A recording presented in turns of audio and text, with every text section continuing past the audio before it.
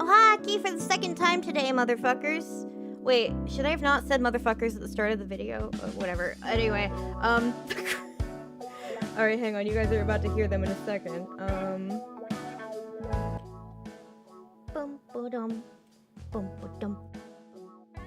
Alright, guys, they can hear you now. Say hi. Hello. Hello. Hello. Hey. Let's do some sound testing, okay? How? Hang on, I gotta turn this fucking volume down. Alright, now you guys can talk. Hi. Hi. Thank you for the follow, Ventor. Yes. Mic check, mic check. Mic check. Okay, Pucci, you sound very good. Nemo, can you do some mic check for me? I'm out here in the booth spitting fat rhymes. You didn't even rhyme it. No. He's cooking. He's cooking. Let him cook. Pearl, can you give me a mic check, please? Mic check, 1, 2, 3. Turn my head and count to 3 because you look so fun and I really want to make you mad. And then Aito, can you please do a mic check for me? Hello, it's me. I'm your favorite character now. Okay, perfect. I'm gonna turn you up just a tad. Okay. All right, that should work. Hello, welcome in. Hi, welcome to the first ever long form campaign. Very experimental stages. Much like yay! Yay! Ooh. Wait, we forgot. Happy birthday, Yeehaw. Pockeii. Oh fuck. Happy birthday, Pockeii. Happy birthday, Pockeii. Thank you very much. I've had so many happy birthdays today. I've said thank you so many times. I feel like I'm gonna die. Good. Good. You didn't even mention the fact that we all decided to sing happy birthday to you off key and incredibly out of time. I actually did say that on stream earlier. I said the best part of my birthday was when all of my friends came together to sing me happy birthday on Discord off key and very, very, very slowly because of the Discord lag. It was the favorite part of my birthday. Besides the part where I got a lot of boba. And I almost forgot to go get my other boba. Do you... Shit. Guys, Look, can I don't worry, run? Can I run? Go Boba get it. number 3. I'm gonna run and grab my boba. Number 3. All right, chat. Do what you gotta do. It's just you and all of the rest of us. Hello. Are you guys ready for some Dungeons and Dumbasses and Dragons? We guarantee at least one. Yes, your boss is now Nemo in both sense of the word. Not only can he dock your pay, but he also has legendary actions to also dock your pay. I use my legendary action to report you to HR. Who has legendary actions? Nemo. He's the boss. He's the boss character, you know? He's in both ways. All right, I have my boba. Get ready for the pop. Was that satisfying? I didn't even realize that it happened. Damn it! Anyway, guys, welcome to once again the first ever long form D&D campaign. We are thinking of doing it bi-weekly. We're not sure yet. There might be exceptions. Maybe we'll do it. Wait, wait, Nemo, did you say weekly or bi-weekly? Wait, you're not at school anymore. That's what No, we said. Bisexual. Yeah. We said you were bisexual. Any time is bi-weekly for me. Anytime is bi-weekly. Say that about most of the people in here. We could honestly be the bi band. All right, do we want to go in order from Nemo, Pucci, Pucci, Pearl, and Aito? Go How did say you your know? name, Who told your you? Twitch handle, and your pronouns. Okay. And who you'll be playing, what character your name is. What order Hi. are we going in? Nemo first. Me first. Get out of my way. Hi, I'm Nemo. Twitch handle Director Nemo. Pronouns. You will address me as sir. S-O, direct. Oh, thank you. Thank you, Afro! Afro, if you gotta go to bed, I know you said you wanted to go to bed because it was a late stream. Do not worry. I got you, bro. But, Don't worry. alright, Pucci next. Please tell me your name, your pronouns, your, Twitch Nemo didn't handle. say what character he's playing. And what character you... Whoa. Wait, Nemo! That wasn't part of it. That's what she said. I added it at the end, so you might have missed it. I activate gaslight. Trap card. Gatekeep girl boss. What's your character's name? I'm Neffy. Mm-hmm.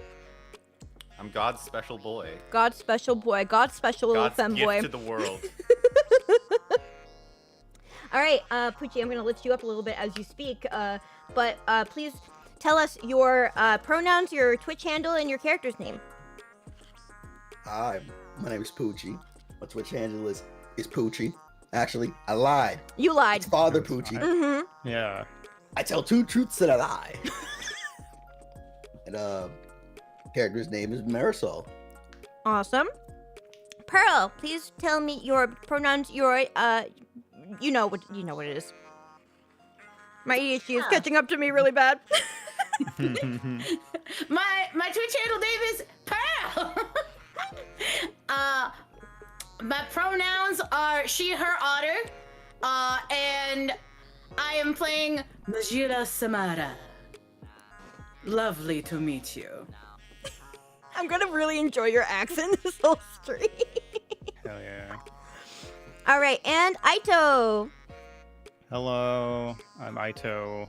My handle is Aito136 because the 13 and the 6 are cool numbers. He's right. My pronouns are he, they, she, it, anything you like. And my character is a goblin bard named Coda. Awesome. Let's give them all a round of applause. Guys, those are real audience members watching the stream right now, applauding for you. Real. They're all real. Performed in front of a live studio audience. How did you get in my house? Wait. Zinga. Nemo! Stop All right, looking. guys. So, this is Exiles of Cimmeria. It was not meant to be streamed on my birthday, but it ended up being that day anyway, and I'm actually very happy because it means that I get to play D&D with my friends on my birthday. Anyway, I'm gonna try to too distracted by the boba. But this is a campaign that I've been cooking up for a little while. It is a zombie-themed fantasy campaign taking place on a very Australia-like island, a very big island where lots of unwanted and undesirables are sent from 3 neighboring nations where there seems to be conspiracy abrew between them. Our cast of very diverse characters among very, very diverse different types of species and classes and things like that on the island will be exploring a plague that they are roped into finding a cure for, perhaps. Or perhaps they will choose to escape or ignore the issue entirely. It is up to them. I have left a lot up to you guys. If you guys don't follow what I originally wanted, I don't care. Do what you want. My job as a DM is to improve. I want to improve my improv. So I'm establishing that right now. Do not worry about me. And then they all got back on the boat and went home. The end. Stream's over, guys. If that happened, No, I would roll actually credit- kind roll of the consider that a credits. success. I want a zombie girlfriend. You won't get one. Yeah, you can't stop me. Now that you've said that, I have so many fucking ideas. I would like to cast Turn Undead, and what do you mean? Turn I on would like undead. to turn on Undead. Man, turn off dead. Turn off dead. Turn down for what? We will be using Roll20 for this campaign. BDB. Yeah, and please forgive me. I haven't DM'd in a while. I've only DM'd one campaign. As you guys know, Slumberwald was the one campaign that I DM'd. That's still kind of up in the air for when we're going to do that one again, just based on availability. But yeah, so I really hope you guys enjoy it. I'm going to put on some set dressing music because we're about to begin. Wait, I want to do the thing that Brandon Lee Mulligan does. I am your humble dungeon master, Pockeii Akiba, and before me, our I was gonna say xenophile. Zombie investigators. Our egregious exiles. Say hi, egregious exiles. Hi, egregious exiles. Hi. Shut Oh. I did the thing. I Hi, did the you thing. Now I'm Nemo. happy. He always starts off with like, "Hi, intrepid heroes," and they all say, "Hi, intrepid heroes." But yeah, I just thought it'd be cute. Anyway, we start off with a little blurb I wrote. I think the music's still a bit low. Let me just turn that up real quick. We're sharing a watch together for the music, so they can also hear the music that you guys are hearing. Thank you, Issy. Okay. Just so you guys know, I'm not really gonna be reading chat too much because I will be busy DMing. But, all right.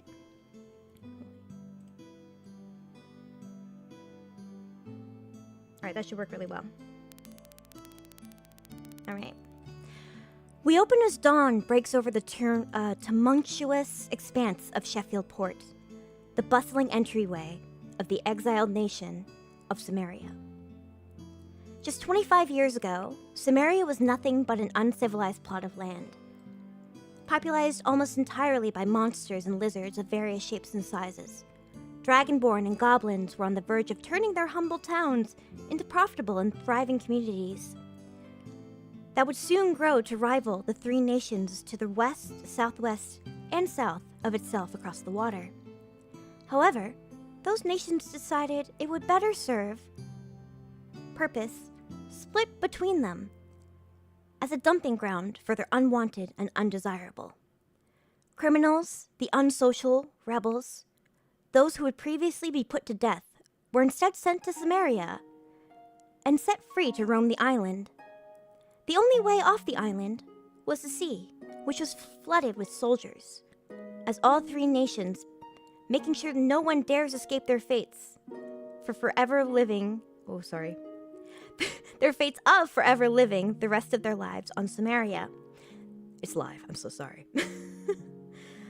Those three nations were thus: the western nation of Tulia, a nation founded by elves united under the unified religion.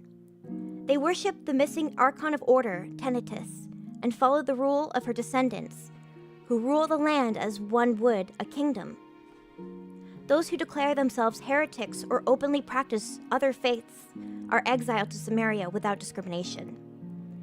The southwest nation of the Malith Empire, formerly known as just Malith, founded by humans and currently populated by a melting pot of various species, this nation has been in turmoil over the recent establishment of a human-run empire that is trying to force their rule onto those who used to live free. Civil war breaking out resulted in many traitors and rebels being tried and exiled to Cimmeria. The southern nation of the Moonlit Glade, the nation that attaches the material plane to the realm of the Fae. This land, populated by a multitude of Fae creatures, runs on a series of courts, who are in charge of magic that flows from and between the two realms. Not only are their criminals exiled to Cimmeria, but their constant games of social status often end up with exiles who have, in terms of justice, done nothing wrong. All they have to do is piss off the wrong Fae. Sheffield is the heart of Cimmeria, the city that started it all.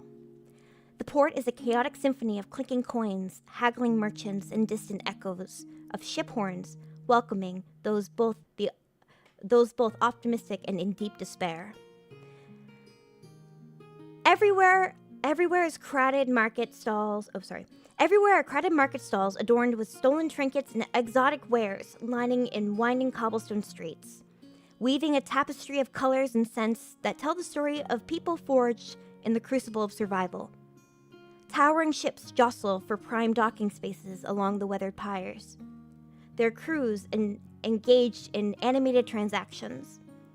Overseeing their precarious dance of commerce and covert enterprises are the ever-watchful guards, their vigilant eyes ensuring that the inhabitants of Cimmeria remain bound to their island of exile. That's what I wrote. We start with a newcomer to Cimmeria, a brand new exile from the nation of Tulia. As the boat comes to dock, we meet our young goblin friend. Aito, would you like to introduce your character for us? And you can choose what you share. Okay. My character is. Should we do it in character or? That is up to you. You don't have to do it in character. Okay, I'll save the in character for when we meet. So Kota, the Goblin Bard, as the ship pulls in, is playing on their 4-course lute. They have a rapier on their hip and a leather armor to keep things light, as well as a pack.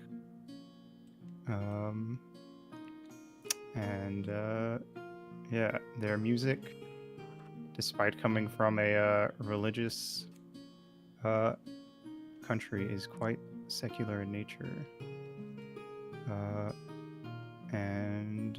Yeah, as we roll up, they put their loot on their back and get ready to get off. Do you want to describe what Kota looks like, even though we can see the token? Sorry. Yeah. They have green skin and long red hair, part of which they have pulled up into a ponytail, but the rest of it is just sort of falling wildly. And how tall is Kota? 3 foot 3 inches. And then you can also share pronouns just for posterity. Yeah, they, them. Awesome. Okay. Kota is arriving from the nation of Tulia, which we have established is the nation that is under a single religious monarchy, currently run by the descendants of the god of order, Tenetis. They are ruthless in Tulia. They will exile anyone who they deem a heretic. And Kota, having practiced, is the word non-secular or secular? Aito. Non-secular. Non-secular music has been caught and exiled. They are the only one currently on the ship that is come to port at Sheffield Port. Oftentimes, coming into port are a multitude of ships, and oftentimes they will have 10 to 20 exiles on each ship coming in. Kota is lucky enough to have this whole ship to themselves, and these two lovely Dragonborn guards who have been accompanying them for the entire trip, but have also not said a single word to them. They have been very flippant to any attempts at being communicated with, knowing full well that a bard's charm can be often deceptive. So, as we come to port, they motion for you to get off the boat first. All right. Kota gets up, and as they're leaving, since they didn't talk back, Kota has decided on names for them, which is Larry 1 and Larry 2. Which one's Larry 1 and which one's Larry 2? It flip-flops. Whoever I look at first is Larry 1. I look at the red Dragonborn and go, "Good job, Larry 1," and then I look at the other one and go, "Good job, Larry 1," also, and then I leave. The red Dragonborn just sort of, out of his nose, puffs smoke at you, kind of, but does not have any distinct expression on their face. But just gestures the way that they gestured previously to get you to move. As I get off the boat, I turn around and start walking backwards and prestidigitation some smoke out of my nose. Let's see what you can roll for that first roll of the game. Okay. I'm going to take out a character sheet because I actually need a reference for what kind of rolls you can make because I'm blanking. All right. For those of you who don't know, prestidigitation is a spell that basically lets you do like a minor physical or auditory trick. Okay. One second. Roll me performance. Okay. Let me see. I'm still new to this. You're good. If you have any questions, let me know. Now's the time to ask. 21. Hey. The Dragonborn, they both look at each other. Larry 1 and Larry 1, Larry 2, Larry 1, who knows at this point. They both look at each other, and they share a look as if they had previously decided that they were going to treat you rather roughly. Yeah. But they kind of like your attitude. So they do have a slight smirk to their lips at this Hell point. yeah. And they follow you off the boat and kind of flank you on Okay. both sides as they lead you over to this area. They're not rough with you. They kind of figure that you know where to go. And Yeah. Larry 1 or Larry 2, whoever this guy is to you, points over at this gentleman, the bald man behind the desk, closest to you guys, and just basically makes you go up to the desk. Okay. And he is just thoroughly into his paperwork. Hello? Oh. I didn't expect any more ships in today. He closes a couple books, he rearranges a few papers, and he takes out a quill and he goes, name? Coda. You got a last name, Coda? No. Whatever. Where are you from? Julia? All right. You got any contraband on you, Tulia? Sorry, Coda. I almost called you Tulia. First of all, that's not my name. Second of all, I don't think so. I wasn't in character, but we're going to pretend I totally was in character. He's having a rough day. Sorry, what'd you say, Aito? I don't think so. Contraband includes any weapons, drugs, anything on the list that was briefed to you before you got on the ship. Any correspondence from the outside world will also need to be confiscated. I take off my rapier and then my dagger. And then I pull out my candle and I'm like, is this fine? He takes it and he just kind of gives it a look. He flips it around. He's like, not contraband. It's fine. Okay. Wait. Thank you. Unless you got something. Unless you got a piece of paper in there or something. What are you hiding in Paper? that wax? Nothing. It's just a candle. Roll me persuasion. Okay.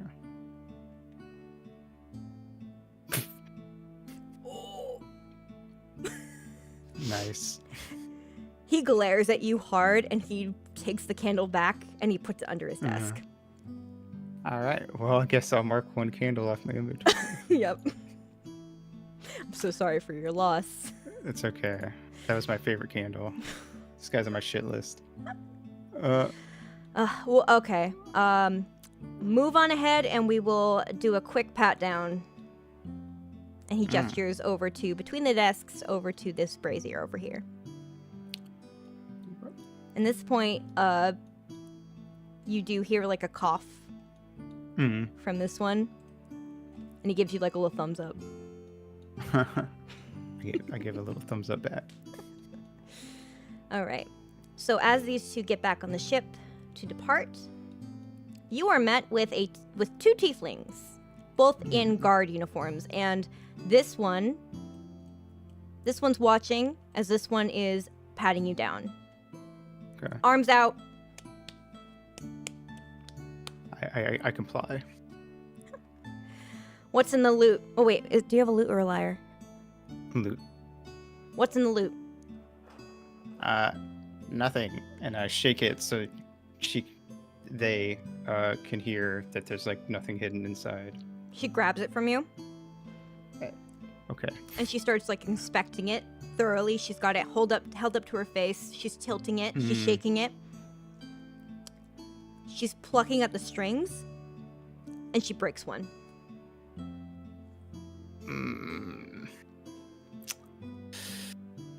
I start in my head. I start remembering the let's see. The verbal, somatic, and material components for one of my spells, just in case. Okay. This other guy is clearly casting detect magic on you, but he doesn't seem to be finding anything out of the ordinary or suspicious. Do you have an arcane focus on you, perchance? No. Okay. Bards can use their Instruments. Okay. Which this card just broke. I'm so sorry. Mm, She does look a little bit apologetic, but not enough to comfort you. And she gives you the loot back, and she says, "There should be someone able to fix that somewhere in Sheffield." Anyway, you seem clear, so get a move on. As long as you've given up all your weapons, you're free to move on. But I don't want to catch you around this area again. Anywhere past the artillery up here, I don't want to see you down here. Okay. All right, and they both step back and they wait for their next work. All right, I head out and I cast mending on my broken string. Nice. Okay. All right. You are now alone, exiled in a land you've never been to, a land you barely know. I don't think you ever expected this to happen. What is Kota feeling right now?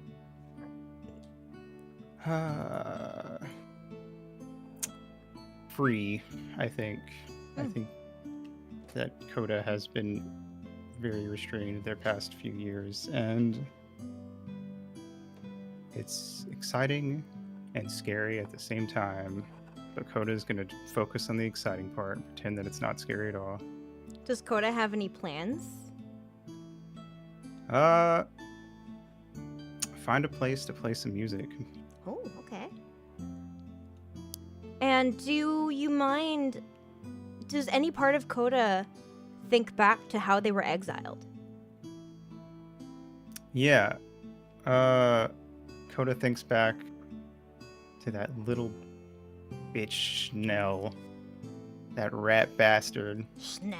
He's just mad that he's not as good a composer as me. Schnell was clearly very jealous of you. That's why you're here. Of course. Mhm. Exactly. All right. So as you're walking by, you see this fountain. Very beautiful, with a nice fish statue on top. It all looks very newly constructed. Everything looks pretty pristine. There's not much trash on the ground. You think that because this is like the first area people come to, it's probably the most populated and the most well looked after. You do know that Cimmeria was built from the ground up by people who were exiled, with little to no help from the guards who were meant to keep them there. And to your left over here is the tabernacle. You can tell just based on your religious knowledge. You're from Tulia, you know a lot, and also obviously you were making religious music. This is a building known as the tabernacle. It is a building that is meant to house statues and offering places for many gods rather than a single god. But you recognize right above it is specifically a church of Tinnitus. Do any feelings arise as you see the church of Tinnitus? I walk up to the church. Is the door closed? Mm-hmm. Okay. It does not appear to be, like, the building doesn't appear to be closed, but the door is. Mm-hmm. I walk up and I look at it and I just kind of stare. And there's a mixture of nostalgia and annoyance. And I strum a diminished chord on my lute. Upon hearing that, one of the priestesses of Tinnitus steps outside. She has like a bucket. She seems to have come out to come get something, but she does walk by you. And she stops for a second and she goes, "Young lad, are you new here?" Yes. Well, where are you from? Tulia. What a coincidence! This happens to be a church of Tinnitus if you're ever interested in joining us for any ceremonies. Maybe. We'll see. Of course. Can I have your name? Maybe I can recommend you. Maybe we can get you some work. My name is Coda. What's your name? Kota. What is her? Hang on. Don't worry, I've been in the exact same spot This is my before. favorite part. It's like, DM, what's their name? Yeah, Bakin does that to me all the time. I love it. I don't know. I don't fucking know Jim Bob. Shimbab. My name is Shalia, dear. You can call me Shalia. Oh. Come by whenever you'd like. We usually have our sermons in the mornings. All right. I might come by. I see you nice have a to meet lute. you, Shalia. Are you a member of the back in Tulia? Did you play for the church? I actually wrote for the church for a while. No kidding. Yeah. We've been looking for writers. Oh, well, I mean, you know, if the fancy strikes me. Coda kind of like puffs their chest up a little bit. Well, I'll be expecting to hear from you. I'm usually here. My family and I reside in the basement, so if you ever need us, just let us know, all right? We have many connections that right. can help you out. And she walks back thanks. inside. You get the feeling that this is the kind of person that you meet, who if she knew that you were writing non-secular music, she would throw her nose up at you. But that's just your assumption based on the people that you've met in the Yeah. past.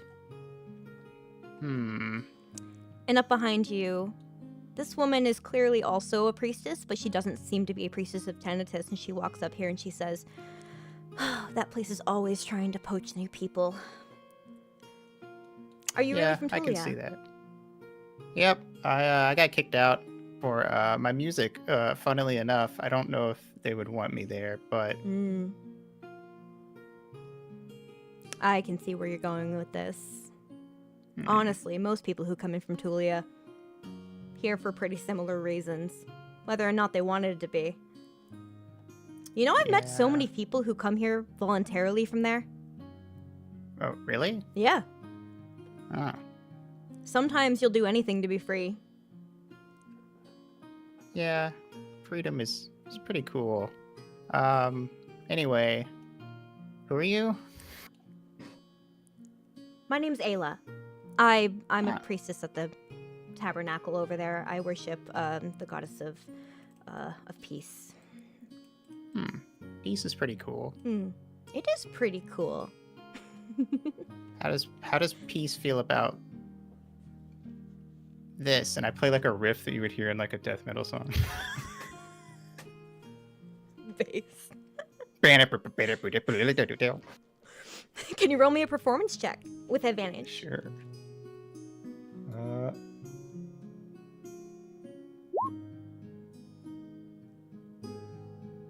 She's really digging it. Yeah. So it's like there's like a lot of. I'm assuming that you're mostly doing like kind of like a solo thing. Yeah. Yeah. She's kind of like She's going like crazy. nodding her head to it. She's pretty into it. She thinks it's really cool. Yeah. Yeah. You're welcome to bring your music, no matter what kind you make, over to the tabernacle. And she starts looking around a little bit, and she goes, "So since you're new, I suppose you haven't met anybody trustworthy yet, have you?" I'm gonna be honest. I've met. Well, actually, and they look over at the back of the boat. I assume the boat hasn't quite left yet. They're leaving out of port, but just barely. They think back. What were their names again? Yeah. Larry 1 and Larry, Larry 3 were okay. pretty cool. How many Larrys were on that boat? 1, 3, 2. I Coda see. did not get a proper education. It was all music. It was all music. We'll never know. Yeah. Anyway, and then Anyway, Coda turns back to Ayla and goes, I met some nice people, but People who are on the island? not anymore. Gotcha. So, if you want to get acquainted, I do know a Dragonborn couple who have a cafe, or, you know, a little bit of a setup outside their house down by the, down a little bit past the fishers over there. I would say go hook up with them. Just, you know, don't get on the waitress's nerves. She might kick you out. Well, wouldn't be the first time I've been kicked out of a place. All right, and she actually goes back inside, and she shuts the door behind her. What does Kota do now? All right. I guess I'm gonna go in that direction. To All right. The cafe. So as Kota walks down the cobblestone streets, we cut over to the second half of the port town I made. And this is gonna be where you pop up. Let me see. Can I just...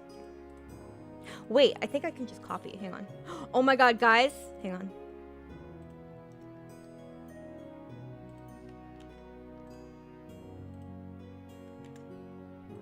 Can you move that, Aito?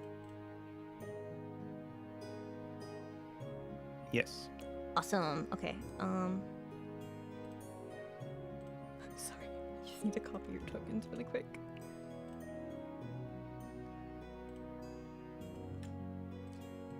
Can you move that, Pearl?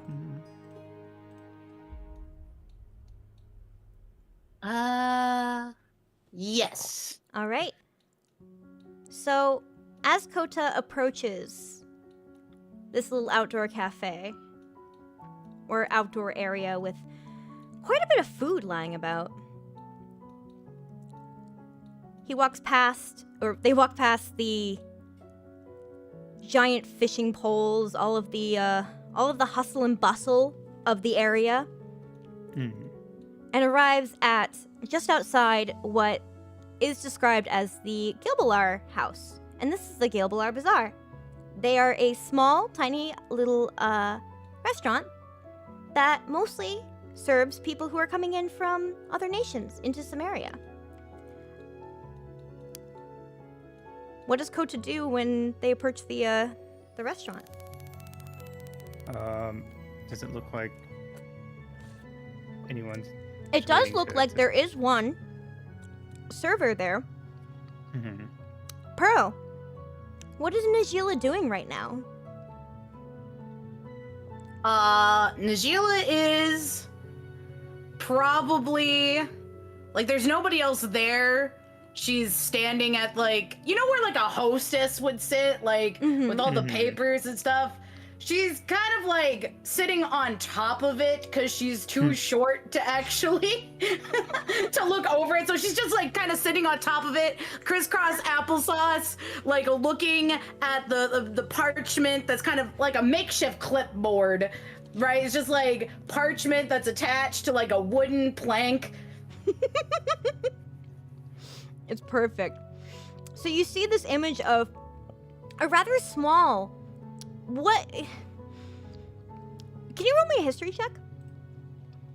Sure. You don't quite know if she's human or not. But she is rather small, and she does have something on her forehead that most humans don't usually have. It doesn't look like an accessory. It looks... Wait, Pearl, is this an accessory? Is this actually something she has in her head? That is something that she actually has physically in her head. That is a large scale. Yes. So you do see a large scale on this woman's forehead. So you don't quite know if she's human or a human variant, but she does seem to be manning the station, as it were. And Pearl, would you please describe your character for us in as much detail as you would like? Okay. Najila is a small, 4 foot, 1T snake person.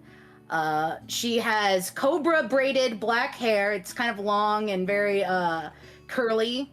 She's got kind of a bronze skin tone with speckled scales around kind of her face, around the crown, of course, on her hands, and sort of like down her neck is sort of like a large reptile scales, bleeding towards her chest and down her stomach.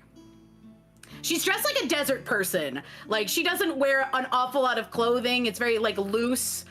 She tends to wear, like, darker or warm dark colors. And she has striking eyes, as they are green yellow with a kind of like an orange ring on the outside, and slit pupils. What kind of day has Najila been having so far, Pearl? You know what? I don't know. Let's roll and find out. All right. Roll whatever you prefer for that. You know what? I'm gonna roll, what is it? D100. Okay. Is it going to be a scale of 1 to 100? Yes. Let's see. Thank you, Chide. D. Oh, you can also use like the little there's a thing on the left that you can just roll a D100 here. Not a very good day. That's a less than 25%. She's kind of in a foul mood. And does she want to be at work today? No. In fact, you know what? Last night she had a fucking terrible time. This place was packed. People were getting drunk, and she sleeps at the bottom, like in the storage room in the basement. So all she heard all last night trying to fucking sleep was just people banging around, and like, so yeah, it's like just there's a fucking rave going on upstairs, and she's just like, quiet. Oh no. Can Try you to fucking sleep. can you roll me intimidation for when that happened? Okay, you know See what? if it That worked? sounds. Let's see if it did. She is a very intimidating woman. See, that's investigation. Yeah, it's so annoying to find anything if there's an eye on there. Apparently, not very well. I'm gonna guess. Oh. It was 6. Oh, sorry, I totally missed that you even rolled. Okay. Yeah, no. The noise did not stop. In fact, it got louder. And we're gonna actually rewind a bit to before Kota has even docked. We're gonna cut a little bit earlier in the morning, just before the bazaar opened. And I'm actually gonna put you, Kota, a little bit further back, just so that you know this. We're zooming back to kind of explore Najila's day. Okay. Najila, you have just started your shift after a rather rough night. When Ziliana steps out as soon as you take your podium. And she goes, "Oh, my dear. You look horrible." That would tend to happen. You know, it's not exactly like I can get great sleep. Well, everyone and their mother is tap dancing on my forehead. We were just having a party. Till 4 All in of the the wizards morning. wanted to come. What was I going to say? We weren't going to have a party. We never have parties. You never let us have parties because we always make too much noise. If one night is too much for you, then maybe consider letting us set up a room for you on the boat. No, I am not going anywhere near that water. I never understood your fear of the water. Well, it's a pretty good idea that there would be a fear of drowning, considering the fact that we would have to swim home if we want to leave. I see. Well, enough of that. Have you been paid for the weekend? No. That lumbering oaf hasn't coughed up a single gold for you this week? Not yet. He said after the party and the people, there would be a lot more. Oh, and- pish posh! Don't listen to him. And she hands you 10 gold. Najila takes it. And like when she like turns around, she's like thumbing it through and like taking like 2 or 3 of it, and like it's gonna try and slide it back into her pocket, like into the woman's pocket. She doesn't want to take the full Ziliana's 10. pocket. Yeah, into Ziliana's pocket. She doesn't want to take all of it, so she's like thumbing through like 2 or 3, like looking like she's counting it, waiting for her to kind of turn around and like slip the 2 or 3 back into the woman's pocket. All right, give me a sleight of hand, and it's going to be against Ziliana's perception. All right, 16. 16. Let me get her character sheet out and roll for her.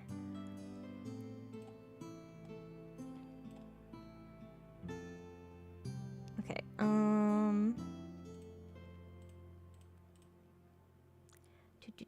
Perception is a 10, so she does not notice. However, despite not noticing, I'm gonna have you roll for perception. Okay.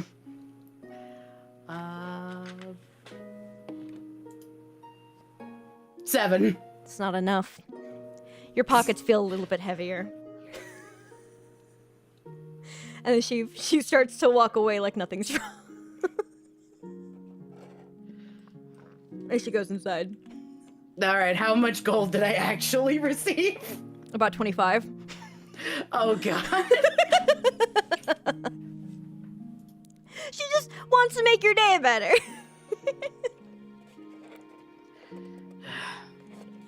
She didn't mean to keep you up all night. You know that. She just kind of rolls her eyes a little bit and thumbs through the coins, and then crawls up on the podium to wait for people, taking care of her, well, the paperwork-esque duties of like what amount of people, like how much food, who's coming in for dropping off fish, the general docket for today. Pause for one moment. Spam Goose, thank you for the raid. Hello, playing some D&D. I hope your stream went well. Thank you for the happy birthday wishes. I'm sorry that I'm not gonna be able to pay much attention to the chat today, but I really appreciate that. I hope you had an awesome stream. Please give Spam Goose lots of love, okay, guys? Oh, and Trigon, thank you for the follow. Welcome. It's all G. I hope you guys enjoy. We're playing a little zombie campaign first session, so we're mostly introducing characters. We're meeting Pearl's character, Najila. Okay. So before Kota even shows up for the day, this hobgoblin kind of rolls up, and he looks around, and he's like, "That a lady at the tabernacle said to come over here if I needed help." Do you want work or do you want food? Food would be really cool. He looks... Can you roll me insight check? Sure. Insight. I think I have something for this. Yeah, because Inquisitor, right? Yeah. Okay, I have a talent for picking out lies. Whenever you make a wisdom insight check to determine whether or not someone is lying, I can not roll lower than an 8. You cannot roll lower than an 8? How does that work? Do you just keep re-rolling until it's above an 8? No, generally I would roll once, but this is kind of like DM's preference. Okay. So you could just have me roll until it's at least an 8 or higher on the dice roll, or you could just say I roll it and it's less than an 8. You're like, no, there's an 8 there. That's going to be what it is instead of rolling whatever it was below. All right, let's do And that. then- If that's okay. Wait, no. Yeah. I'm good with any roll below 8 being an 8. Okay. Okay. That sounds good. All I right. like that, So we're going to do our insight. Okay, nice. 17. He rolled a 3, so you would have got him no matter what. He's eyeing your pockets, and he's eyeing the stuff on the table, and he's eyeing the look of the house. but he's mostly eyeing your pockets. She's just gonna like take out like she's got that coin purse, like she's gonna take it. She's gonna like jingle it in front of his like towards him, but not in front of him, towards him, and then put it straight into her tits. Base. Okay. Hang on, let me just. Oh, he cannot hide that he is blushing mad red, even though he is a red guy. He is even redder. And Look. yeah, you were gonna say something. Go ahead. Look, what I can do for you is I will use this 1 gold to get you some food, so that you may eat and learn how to behave like a civilized person. If not, I'm going to have to get rough with you, and you don't want to play that game with me. I've had a shit day. Roll And me. it's just started. Roll me intimidation. Intimidation. Wow, this Once guy rolls again, horribly. Looking for things with eyes. Yep. Pearl, this guy keeps rolling like 2s and 3s. He fucking sucks. He backs away a bit and he goes, you know what? I'm okay. I'm good. I'm just gonna bye. And he fucks off entirely.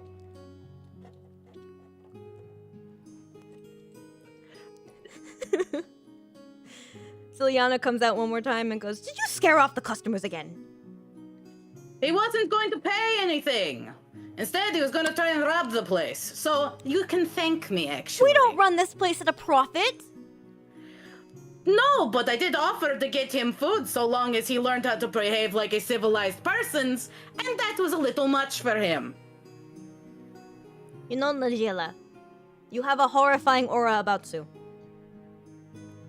Look, it's not my fault that they are intimidated by my beauty and my presence. That is a damn problem. At least you wear it well. And she goes back inside. All right, and a little bit later, a little goblin walks up to you. And this is the part as a DM where I get to kick back and you guys get to do all the work. But I will say, Pearl, what are you thinking as this little bard goblin wanders up to your station? Please don't try and rob the place. Please don't try and rob the place. Please don't try and rob the place. I really don't. Hey, I'm here to rob the place. Just kidding. Hey, do you guys have food? Yes. Do you want the special? Yes. Great, because that's the only thing we have. Awesome. She hops down. She's barely taller than you. Yeah, just a little bit. Can I? Do you want the booth? Do you want the table? Or do you want to go inside? Yes. All right, decision paralysis. Love that. So I'm going to put you somewhere. You're going to get food. There's going to be a lot of hubbub because you are here.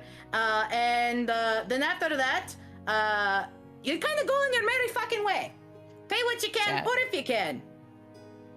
She just kind of like starts pushing you, like just guiding you by like your shoulders into the building. Okay. I just go along. Oh, into the building? Yeah, like into like the side parts of the tavern, like the just inside. Oh, and... this is a house. This is where they live. Oh, Yeah. I'm sorry. I so thought that was It's okay. Yeah. So the VIP area is the boat over here, and then like, you can basically just serve them at this area, and you can go inside for food or come over here for food. All right. So she sits you at the nearest table. I just plop down. Do you want tea? Yeah. All right. Finally, somebody with fucking taste. She goes and to the little cabinet over here, and she makes tea. A lovely chai. Hell yeah. I Caffeinated? strum my lute while I wait. Yeah, it's gonna be caffeinated. Oh boy. Alright. Where the heck are my people? There you are.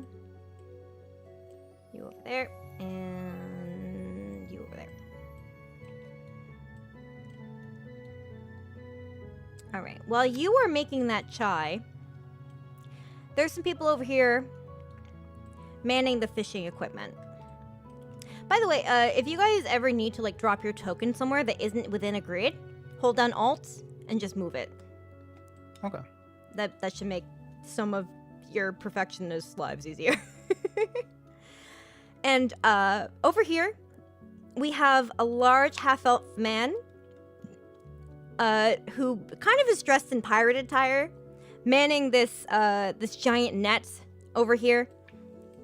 But in the meantime, a little sea elf boy pops up from the water right before a woman. Hang on. Where's she? Okay. Oh, I'm sorry.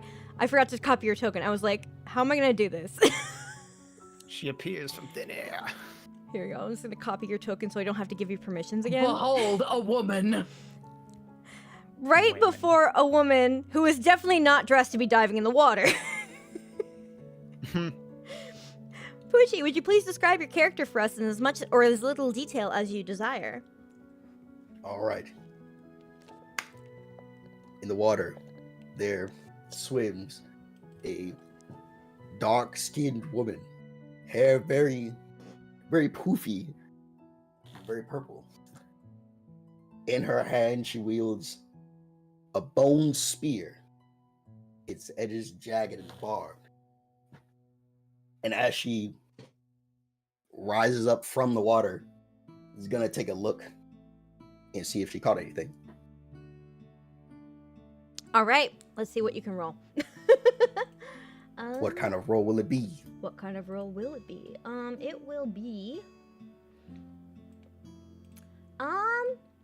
We're gonna call it a. If you want to pick between performance and athletics. I will go with performance. Alrighty. Oh wait, they're both wisdom. Wait, no, they're not. I'm stupid. I'm really no. dumb. I'm such a dumb idiot. Wow, I was looking at the wrong thing. Why would the fuck was athletics be wisdom? What am I fucking talking about? All right. Yep. Roll it. Word. So Alrighty. 15. Hang on. Let me roll for the fucking fish. You didn't catch anything. Oh my god. You pick up your bone spear and lift it out of the water triumphantly because you know that you did your absolute darndest in there. And you know you must have caught something because you were putting your all into this. You rolled so damn high. Your head was in the game. But it's completely empty. And right next to you, little Enner, the little sea elf boy, who is technically your boss, holds up his 2 spears and they are filled with fish. Save some for the rest of us. Jeez. I'm sorry. Look, I gotta do my job, you gotta do your job. We were in completely different areas the entire time. I'm just, don't hurt me. He scrambles up. He scrambles up. His little fins are like flapping around. And he scrambles right up to the thing, and he hides behind his partner over here, who is also your boss. His name is Davril. And Davril kind of walks up and he's like, "Again, Marisol? Again?" What? Don't look at me. Look, I put my all into that spear. That throat immaculate. You gotta stop fishing in the same areas as your partner. Like it's you're gonna start creating competition. We're not here to compete. We're here to work together. Listen. Friendly competition never hurt anybody. Friendly? He's shaking his boots over there. And you can see he's just like kind of curled in on himself with his like arms wrapped around his knees. She's looking over at Enner, looks back at Draven. Like, it's just cold. This water is very cold. I think about it. I need to get out. Yeah, get out of here. Help me crank this thing. And he comes over to to put his hands on here, and he kind of waits for your help. Yeah, he sort of like, she gets out of the water, kind of like grabs like a tuft of hair and kind of like squishes it so you can like wring the water out. Mm-hmm. He steps over. All right, roll me strength, flat strength with advantage. Word. I'll take an 8. I will take that 8 Let me roll for him. happily. Oh, he rolled like a 19 and an 18, so you're definitely able to get it up. And it's filled with fish.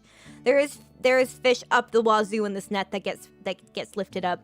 And so he kind of directs you to like haul the whole thing to the side so that it can land on the well, actually on this area. Wait, there's barrels in the way. This area over here, and you just kind of drop it, and they start getting to work, getting all the fish together to bring all the way over to this cart at the bottom of this little peninsula right here. And he goes, Marisol, can you just throw that over your shoulder and get that over there? Yep, already on it. And she like slings the sack over her shoulder. Just... Meanwhile, Enner is still hiding behind his partner over here, Davril. And Davril's just kind of like shooing him away and like, we sailed the 7 seas together for 10 years, and you're still like this. All right, so you bring that over? Yep.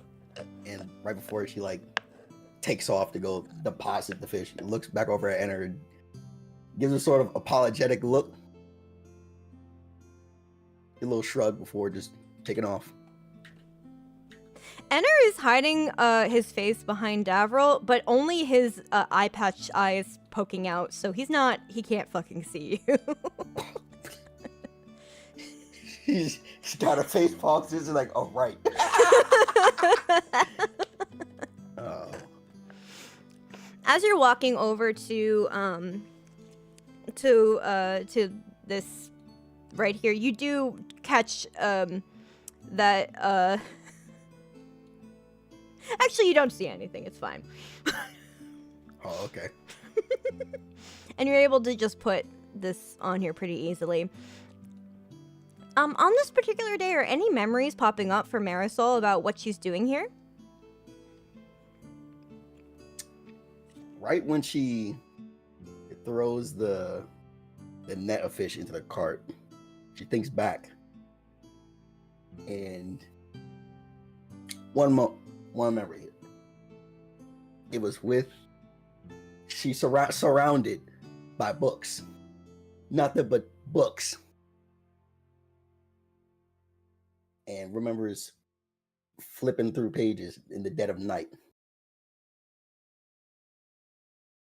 about dragons.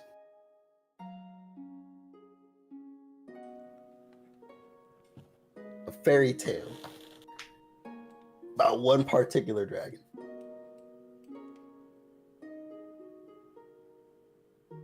Clad in white.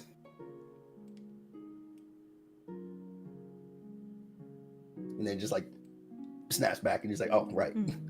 Dozing off again. Just.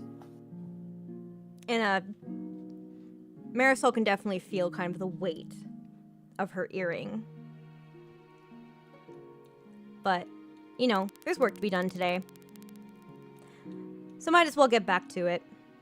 Yup. As you're walking up, you do see a small goblin pass by. And you see Najila, you know, doing her thing at the outdoor restaurant that you guys usually work near. You guys do know each other. You do work in peripheral. You've had a few moments. You're after the same thing. More or less. But whether or not you guys choose to work together is actually up to you guys, not up to me. So how do you think that... what are your opinions of Najila, is what I should ask. Marisol thinks she's pretty alright. I mean, this is about as best company as you can get on this island, and it's not a lot. I don't really say much, but she could hold a conversation with her and not feel like, man, I want to punch you. Does Marisol often feel like she wants to punch people? Sometimes she has moments where she can look at somebody and her first instinct is, I could hurt you. I could hit you right now. I can stop all this. I could just, ooh, but no. So, well, now that your work is near an end, do you want to go and maybe have a chat with Nishila, or is that something that you just don't feel like doing today? Her clothes are soaked. Her pride is not torn. Yeah, she'll talk, but first she's just gonna like chill out by the fire real quick, just to warm up. Yeah. Over by the brazier, the fire warms you up. The other two are kind of wrapping everything up. It's gonna take them a little bit, so you've got some time.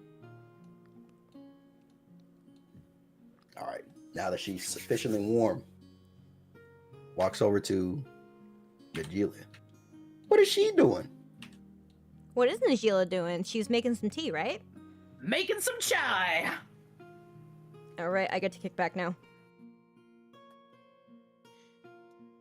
Marisol approaches and with a wave says, howdy. Just says howdy. Sorry, before we continue, what does Najila think of Marisol? Najila feels that Marisol's like a little bit of a little too showsmansy for like her job, essentially. Like, she thinks that Marisol's kind of a goof. Like, well-meaning, but definitely has goofball energy. So, Najila likes her, and that's really rare for Najila to care about somebody. But she, just because she likes you doesn't mean that she's overtly kind. It's more of like annoying, very anti sort of feelings. Mm-hmm. So yeah, you can keep that in mind as you interact with each other. Word. So Marisol approaches. He's like, howdy, Najila. Nice dance. Too bad there was no fish on your pike. Ah, you noticed? You see, I thought I got it down right. See, I was actually trying honey, to. I think everyone noticed. You threw the thing up in the air. You almost spun it around with not a fish on it. It felt right. It felt like I got something. Perhaps you should double check with your eyes open next time. And she just kind of like shoves like chai tea into your hands and like turns around to go like wait the table, essentially. Come on. I'll find you someplace to sit and something to eat. You, middle table. Ah, yes. I'm going. Takes a little complimentary sip. Sort of just walks around. Looks over at the gobbo. The Gobbo? The Goblinski. How would Coda feel about being called a gobbo? I don't know. Is it that's derogatory? It sounds a little bit. Coda would immediately go, "What the fuck did they just call me?" And then be like, I don't know if Marisol even said that out loud, but like I'm just asking. No. theoretically. But like they would be like, "What the fuck did you just? Wait a minute. What, Gabo? What is that?" I don't know what that means. I don't know if I'm offended or not. Should I be offended? Should I? I don't get out much. I don't know. Yeah. All right. Coda's just strumming along. Yeah, Coda's actually sitting there still playing their lute. Najila plops by the other chai that was meant for Coda. Oh, thank you. All right. Now put down the menu. Here's the menu. We have fish, like 19,000 different ways.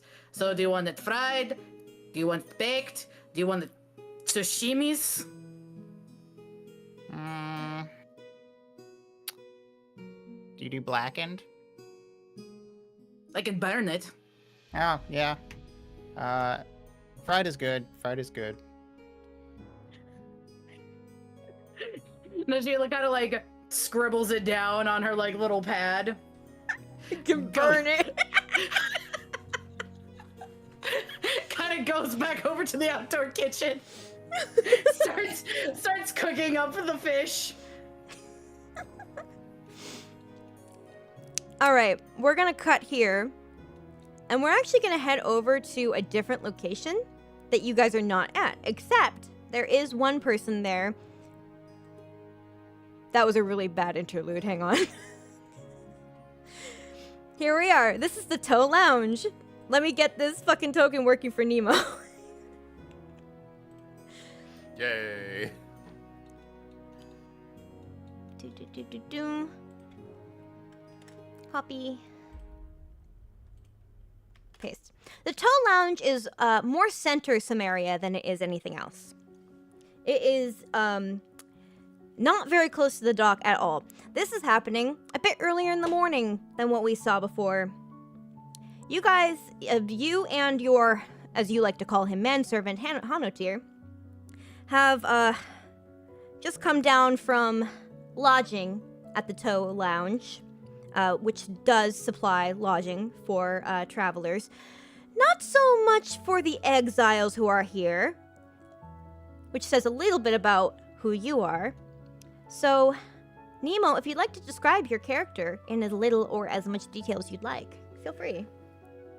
So, Nephi is a very pretty boy. He is, one might even say a femboy. He is a prototypical elf. Pink-haired, green-eyed, sort of wry smile on his face at most times. And he has a sort of sense of knowing about him. He's quite old. If you had to guess, he's probably older than you. Regardless of who you are. Regardless. I like that answer. How old are you? Older than you. Yes. How old are you? Yes. And to put it into perspective, that would probably be what he would respond with. He's yeah. a little bit frail looking, but despite that, he carries around a massive book that seems to be at least 30% bookmarks hanging off of it. Various notes are scrawled and spilling out, but none of them seem like they're going to get away. And it almost seems too big for him to handle, but he does it perfectly fine.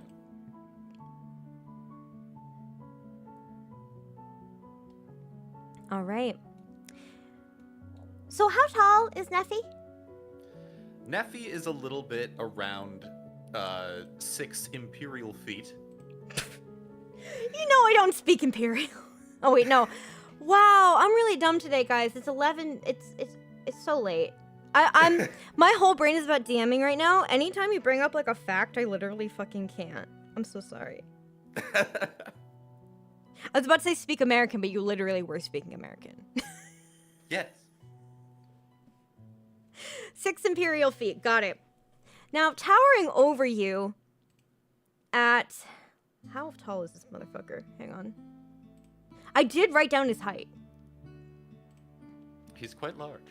He's a large half-orc. Yes.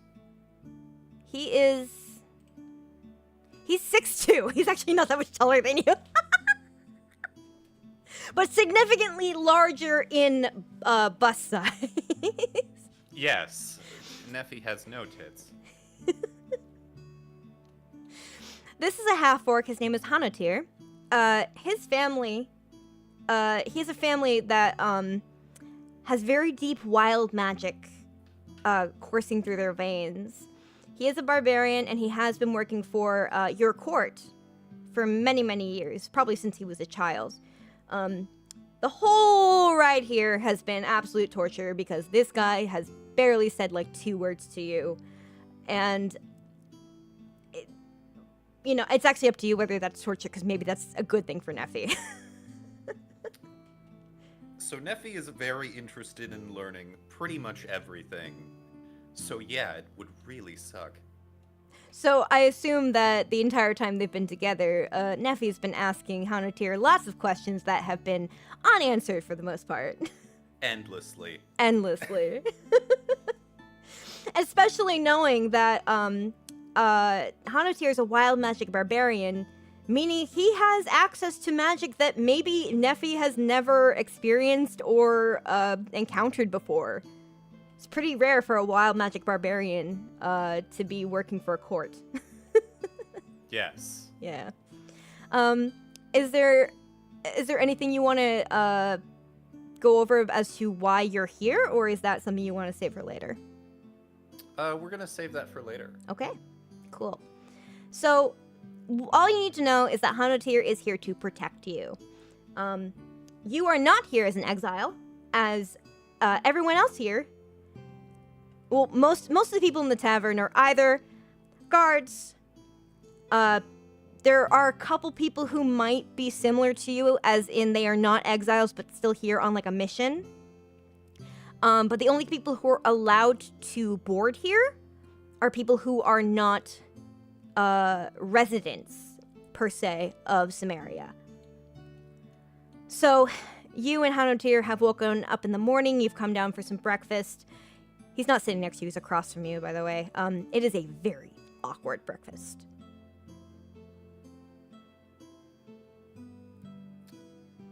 Well... Does Neffy do anything in this moment while they're having this? Is he gonna make any attempts? So Neffy has been trying, like, really trying, to get through to this mountain of a man. Just like, every possible conversation, trying to extract interests, hobbies, factoids, anything about him. And they're eating... What do we eat here? Fish? They're definitely eating, like, morning fish or something with, like, eggs. Yeah. They're eating their breakfast fish. And they're definitely in-bone fish. Yeah. And Hanatir, by the way, is damn near chewing on the bones. Yeah. So Neffy goes to take a bite. A fish bone that he has missed in his absent-minded thinking. Oh no. Gets crushed between one of his teeth. And this just kind of sends him, and he just puts his hands over his face and goes, I can't take this anymore. Oh no. Hang on. Look. Let me give it. Hang on. That alone is a little bit, that alone gets Hanatir's attention a little bit. Just before you say anything else, like the minute you say that, we're just stopping time. I need to roll for him. Never mind. Continue. You do see him flinch. Yes, and this is very out of character. He's an incredibly composed person, Neffy. Yeah. So like this wouldn't happen at home. And he's just like, his hands are like just covering his eyes. He's resting his head in one of his hands. He's sort of off to the side, and he goes, "Look, I've tried really hard to get through to you, but it's not getting through. And that means I'm gonna have to do something I really don't like."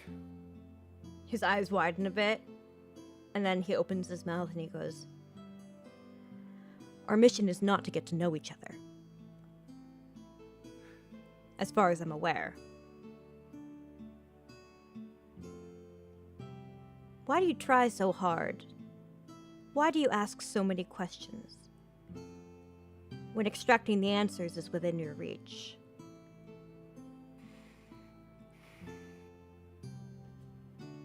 Neffy kind of, he is still just distraught, and he's like, I hate doing this. And he looks at Hunantir, and he goes, he does something that Hunantir did not know he could do. Okay. And he says to him in fluent Orc, you work for me. And if this is gonna work, we're gonna have to get along. Hanatir is genuinely surprised because he fully expected you to try to cast magic on him. He knows people of your court, and a lot of times people of your court will go to pretty extreme measures to get what they want, especially if it's inconsequential, you know? Yeah. They don't give a shit if it hurts other people. This is his first time properly meeting you, so he did not know that you could speak Orcish at all. He's a half-orc, though, so he does speak both Common and Orcish very fluently, but he is taken aback. He did not think that a person like Neffy would bother to learn such a language that, to a lot of people, especially in the court that you are in, is rather barbaric. And he says back to you in Orcish, I don't work for you. I work for the needs of the court. I'm here to protect you, and nothing more. Yes, and on this continent, I am the court. There are no others. It's only me. So, you work for me. And besides, I knew your great-grandfather, and his son, and his son, and his son, and his son, and now I know you. Roll me persuasion with advantage. Okay.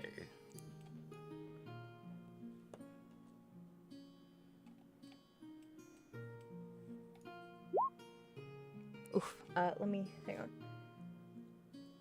He's gonna roll with disadvantage. Hang on.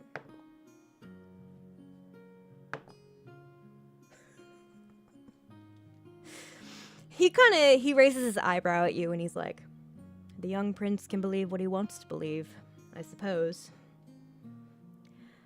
Besides, we both know that you're not the only Court of Utopia member on the island.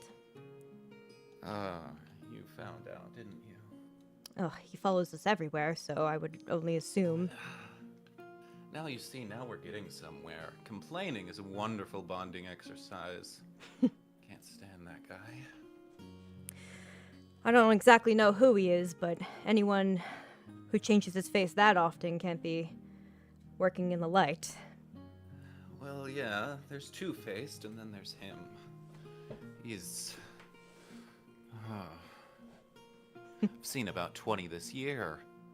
20 shape 20 changes? faces. 20 faces, okay. Okay. You suddenly, you get from sending stones with the Fae work in mysterious ways. You often just get like a message in your head sometimes that comes from your modified sending stone. It's basically, you're gonna get the message whether the fuck you want it or not.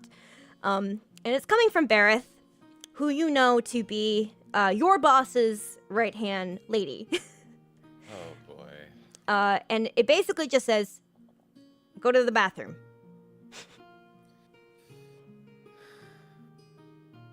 If you'll excuse me, Her Royal Highness wants me to do something. I'll be back.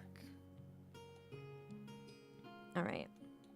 So as Neffy goes over to the bathroom and locks the door, it's a single-person bathroom. No need to worry about anyone coming in. There's just a hole in the ground.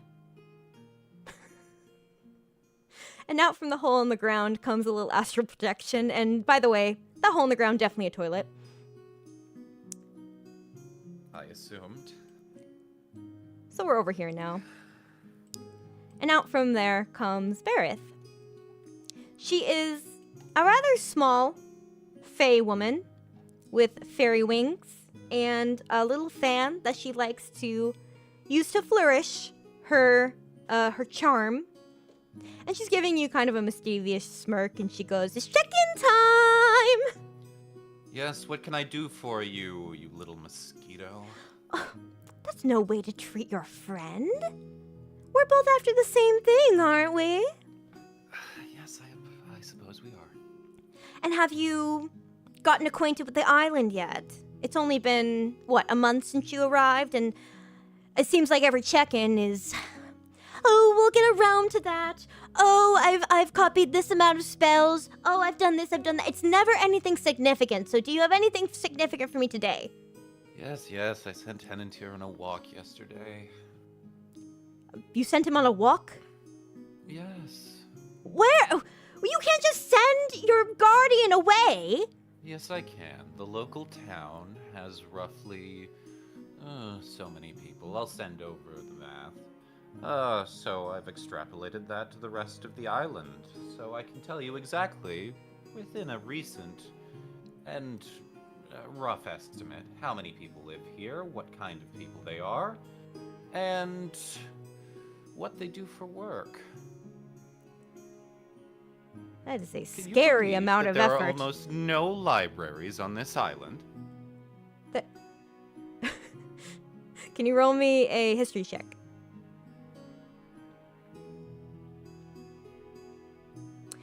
You know there actually is a library in the Sheffield port.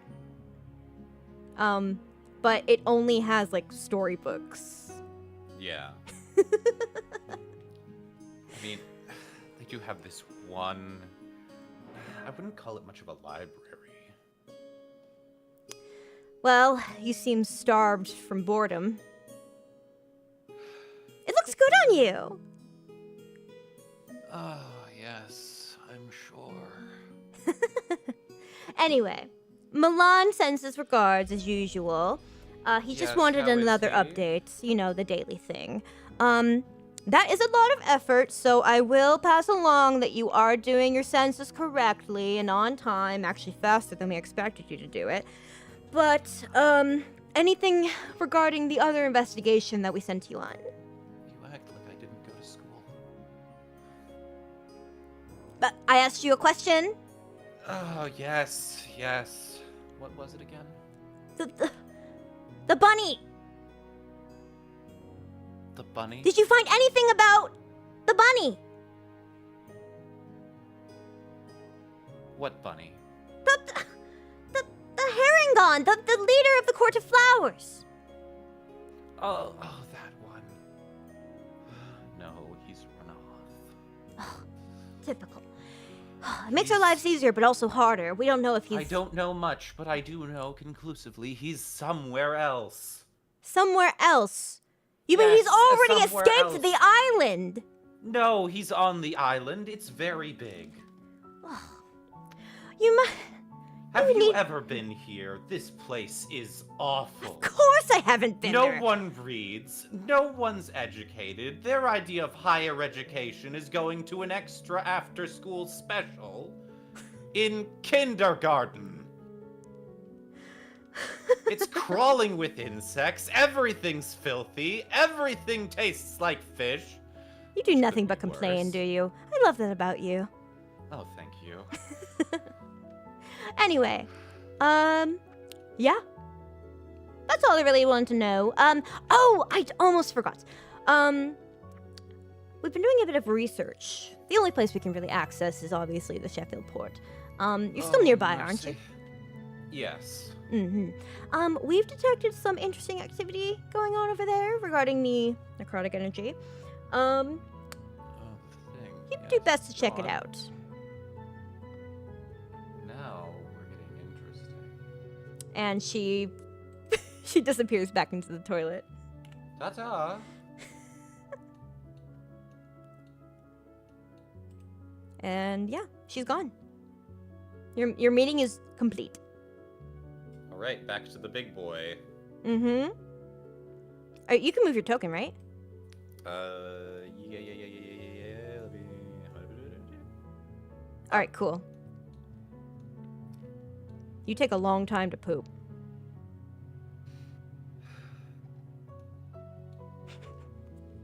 I didn't. I told you what I was doing. Oh.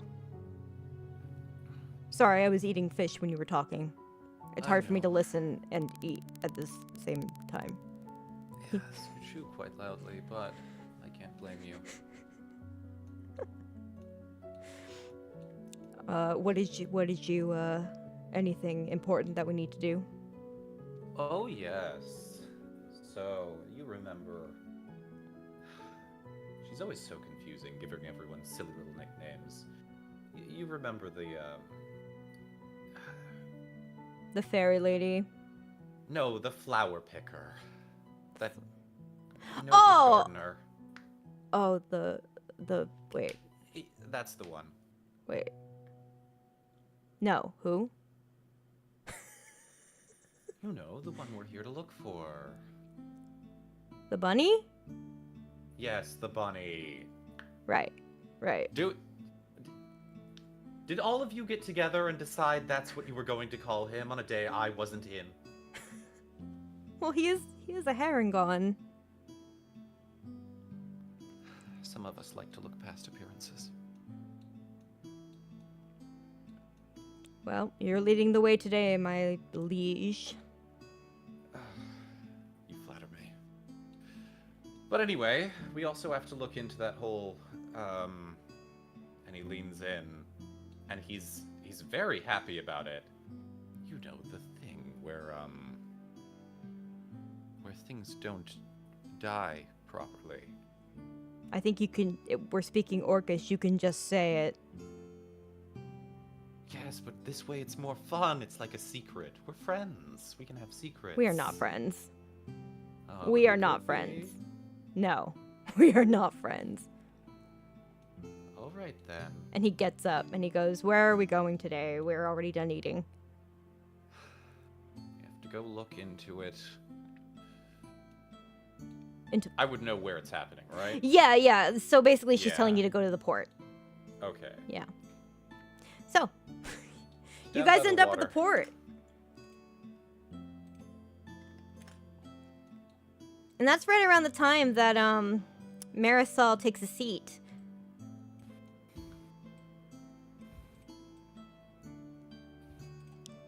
Over at the restaurant. And so you and Hanotir are coming around the bend to this happening, and we cut back to Najila cooking some fish for our friends over here at the Aito restaurant.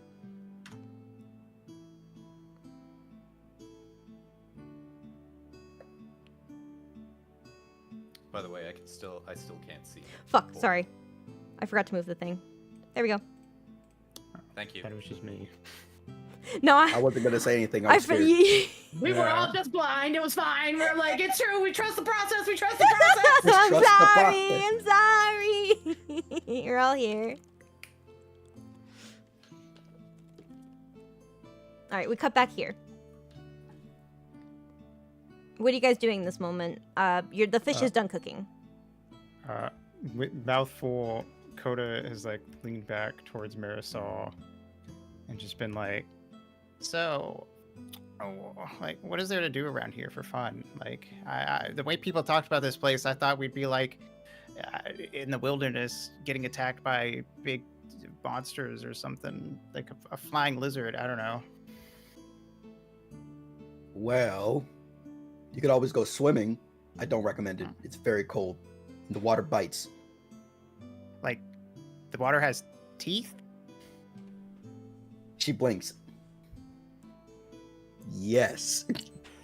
And then like Coda kind of like sits up a little in their chair and like looks out at the water and like squints a little and then sits back and then just plays like a doo doo on their Does Marisol recognize this sound?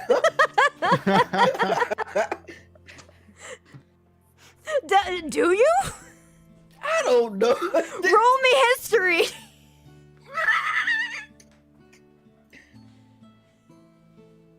I'm taking off my Udi.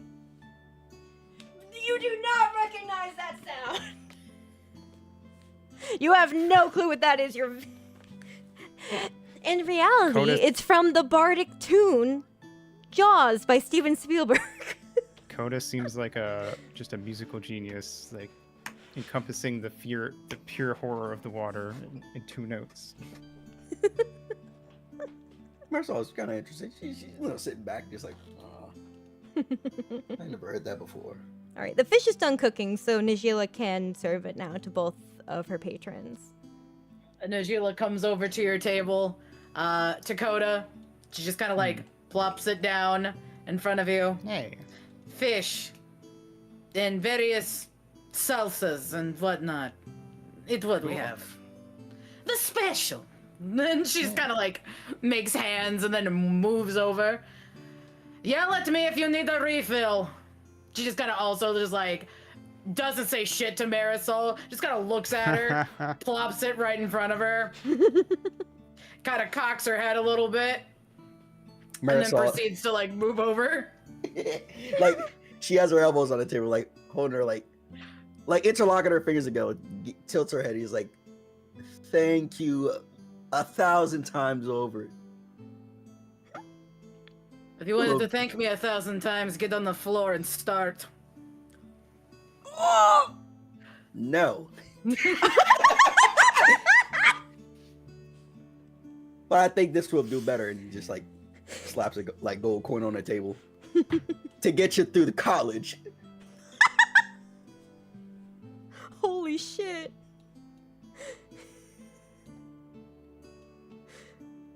You went to college?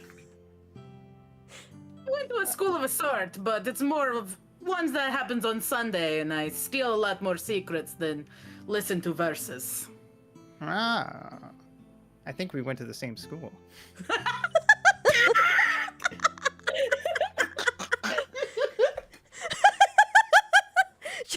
just like the idea of like 2 people who have never fucking met.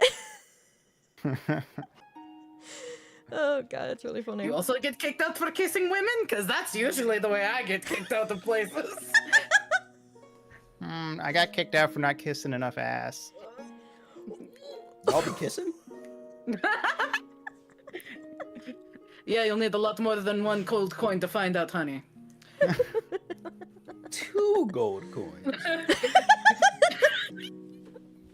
Coda didn't catch the first part of that. Doesn't know what they're like betting on or whatever. Just turns around. 3. Marisol has to do a double take, and he's like, huh? 4. 5. 6. 10. 20. Well, okay. I don't know what we're buying, but you can have it. There's a. All right. Can you guys roll me a perception check really quick, all 3 of you? Okay. Nishila's a bit engrossed in the idea that she's gonna have to kiss Marisol. Marisol's locked in. He's like, nah. So, whoop. This guy has just snatched all of your gold on the table without you really noticing. But Kota, you see him come over here, kind of. He's very sneakily like coming up the rear, kind of like a little like lizard guy. He's got a very thin frame, but like the face of like a dragonborn. He slips up, he grabs the gold from Marisol's table, and he comes over to your table, Kota, and he reaches his hand up, but you notice him. You don't see shit. Do I have time to like respond? Absolutely. Roll me. What do you want to do? I would like to cast proselytize. Can you put that in chat for me so I can read it? Yes. All right. You imbue your words with darkness and fear, bringing creatures around you to their knees. Okay. All right. Wisdom saving throw. On a failed save, the creature is knocked prone. And okay, awesome. So, what's your spell save DC is 14, right? Yep. You know, I'm gonna roll it in roll 20. Let's see. Ooh, he rolled a 15. He does not go prone. Ooh. But he does notice that you try and he stops. You casting magic? And then I just kind of look at him. Actually, wait. I might have a thing for this. Mm-hmm. He's just the split second he's like just looking at you, and he's like, "I'm gonna take magic? this." I have a question. Is this magic like with Yes. somatic components and stuff that it's like it's loud? You are making noise. Oh my God! Yes, It it is- does have. It has all three. Yes. Oh. Yes. I actually, I- That Marisol, means- Marisol, can you please roll me a wisdom saving? Wisdom save? Technically, I'm 15 feet away, so I'm Gucci. But I see Yeah, and I hear that Sheila, shit's you're fine, happening but over there. Marisol, you gotta roll. Oh, okay. So like to cast this. Ooh, meets beats it. Coda. Yeah. So what strums does hard. it look like when Coda casts this? Sorry, I forgot to ask. They strum just a very loud power chord on their lute, and they just shout, "Hey!" And also, I would like to, as a bonus action, use unsettling words. Okay, can you put that in chat so I can read that one too? I don't, Yes. because I'm still getting familiar with some of these new spells. No, you're good. Yeah. Stealing is bad. Oh, it's College of Eloquence. Okay. Stealing is bad. Stay in school, kids.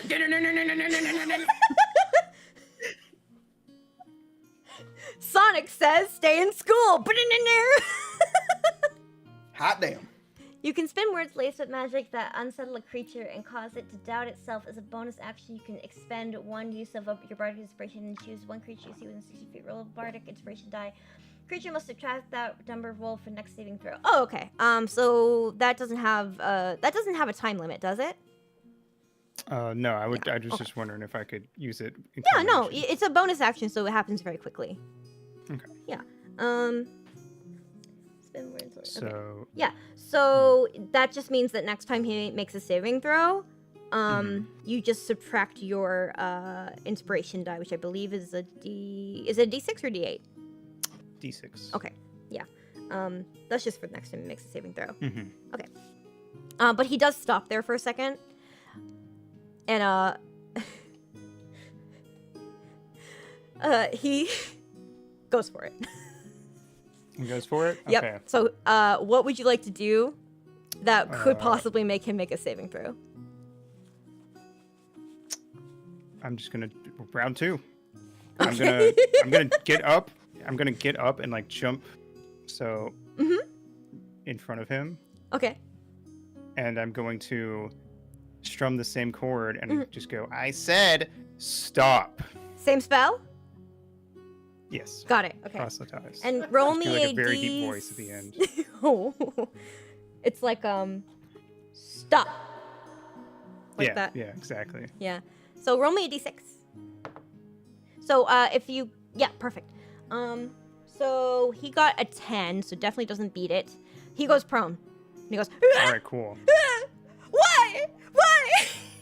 And I'm going to scoop up all the gold and put it into my. He's pack twitching, for he's now. twitching, and he's sweating really badly. He's so afraid right now. And I'm gonna like lean down a little bit. I don't have to lean down a lot. I'm not very tall. Just kind And of I'm like gonna half down. And I'm gonna go. You're lucky I was distracted. If I was in a worse mood, I could have crushed your head like a watermelon. Now, shoot. He scrambles up and just runs away. And he runs straight past Neffy and Hanotir as they round the corner. And the entire block is quiet and just kind of staring at you. I look around, puff It- out my chest. It is exclusively this Shadar Kai who is clapping. And she just kind of looks away after and goes back to her book. I take a bow as if I'm like on a stage in front of an audience of thousands. And then I sit back down and go back to my food. Marisol, that guy And I just took turn- your money. I turn around. Did I get Marisol's money back or Yeah, just you mine? did. You scooped it all up. Mhm. Okay, I turn around to Marisol and I open up my pack and I give Marisol back their gold. Word. All right. Does that happen a lot? You just see Najila just over there with like the like cast iron skillet, like she was about to just like throw it like a chancla. Surprisingly, yes. Why do you think I'm the waitress? Good point. Because of your good looks and charming personality. Leads in. Insight check is. You're still not getting that kiss without that gold. I got it in. Do I believe? Do you believe Marisol? Yeah. Oh, Marisol leaned over to you and I believe whispered that she lied. Oh, I thought that was just like out of character. Wait, sorry. Pucci, did you lean over and whisper that? She did. Got it. Okay. Sorry. Alright. Then in that case, I'm just like, okay. But she has a mean throwing arm. I'll take your word for it. I don't. Looks at the the pan. Just like I don't want to find out. I don't think. Meanwhile, Neffy and Hanatir are heading down the road side by side in utter silence, walking by this whole scene. And Hanatir leans over and goes, "A lot of crime nearby. Stay close." Even though it has literally no warmth to it whatsoever. Oh, it tends to take care of itself. Don't worry. Perhaps you should have asked where we were to investigate the area. You just gotta sort of feel these things out. Can I hear any of this as they pass by? Sure. Roll me perception. Woo! Yeah, you hear it. Okay. I'm just listening. Now I'm on edge now, and I'm just kind of like, oh, are they gonna take my gold? So I'm just listening in now. Well, what you heard was Hanatir basically telling Neffy to stay close. Hmm. So it's pretty obvious that, like... I'm gonna take that as a sign that they're not gonna steal from me. But yeah, so Hanatir's gonna follow Neffy's lead now. So where does Neffy want to go and investigate? All you know is that you need to be here. Just this entire area, including like the tabernacle and all that. Okay. Let's see. By the way, this tiger is just lying down, and this lady is just like, she's just selling wares. I was gonna ask, is that like a tiger or That's a tiger. man? That's her tiger. Yeah. That's just a tiger. She's an elf. She's an elf lady who's just wearing some cleric armor, and she's just selling some jewelry. Probably just to make extra buck by her hut over here, because it's just where she sets up shop. I'm calling her Tiger Queen. That's all you need to know. I'll hurt you. You'll hurt her. So, being that I have scoured the area on like afternoon walks, do I realize that like these, this goblin? You have not seen this goblin before. Friend. You've is probably just seen new? Najila and Marisol before, but you haven't seen Okay. the goblin. Not that you've probably interacted with either of these two. I'm gonna. Unless you shirk think my you have. responsibilities and go see if they'll talk to me, because conversation comes at a fucking premium. All right, go right ahead. You can move your token, by the way, Nemo. All right, there Beg you go. pardon. You there? Hey, are you gonna steal my gold? Oh goodness no. Okay, cool. What's up? Quite the opener you've got there. Anyway, you seem new. I might be. Don't play coy. Oh. I look over at the slightly taller half orc, and I'm trying to like. Now I'm sort of The half orc is reevaluating looking at the- you like he's ready to strike if you strike. You can tell he's got like a look of like goblins. Mm-hmm. So name's Coda. Who are you? Name's Neffy, and he puts out a hand. I shake it. Yeah. And this is Hunantir, my manservant who is being very rude. Don't I'm call now me a reading the manservant, little thing. he says in Orcish. Do you speak Orcish, perchance, Coda? I do not. Okay, then you don't understand what he said. You're scaring the poor thing. Don't worry, he's not going to eat you. He had plenty of breakfast. All right. Well, how can I help you? I just want to talk. I have been with them for well over a month, and they are a terrible conversation partner. Oh, well, all right. You like music? What kind of music? I mean, I can play a little bit of everything, but like, you know. Impressive. Just so you know, all of you are here, so like anyone who wants to like Mhm. get in on the conversation, you're fine. Oh, cool. Then there's like Najila's coming in as like, oh, great, the Census Bureau and man who talks somehow even less. Look, if you're going to sit, at least buy something.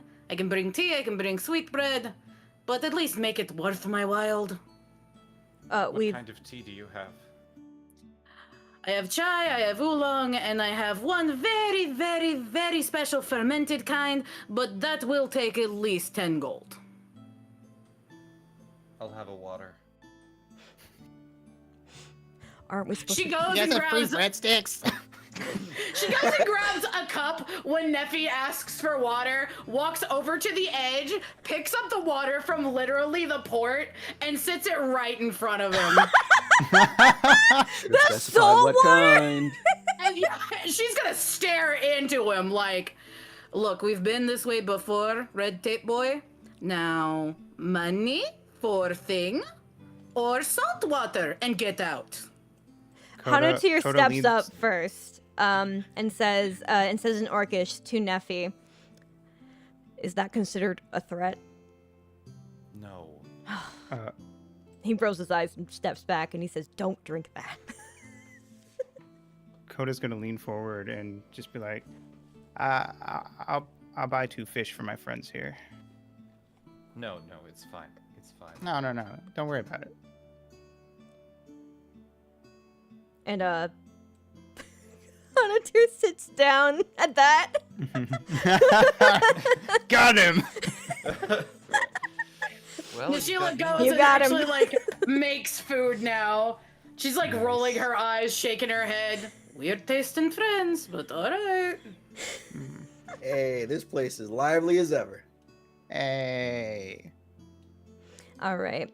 We're gonna take a break here, as you start to hear. Real quick.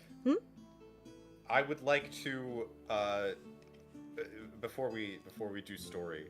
Yeah. I would like to make eye contact with the snake woman Mm-hmm. and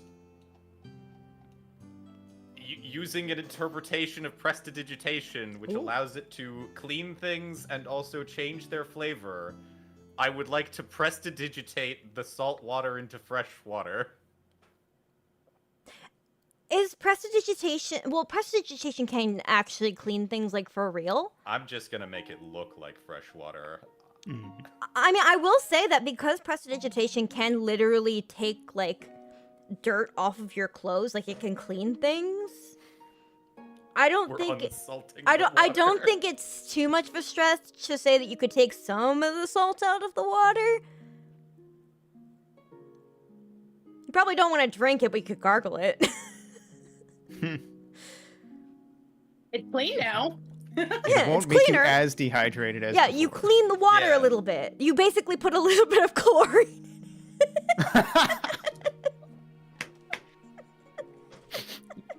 Have you been swimming? So do you drink that? Yeah, we're gonna make eye contact and drink the water. Before It's you do clean that, now. you feel a large hand on your wrist. Don't drink that. Fine. He puts it down. All right, is there anything else you guys want to do? I'm ready for the break. Yeah. I'm good. All right, well, before we take the break, 1 second. Mhm.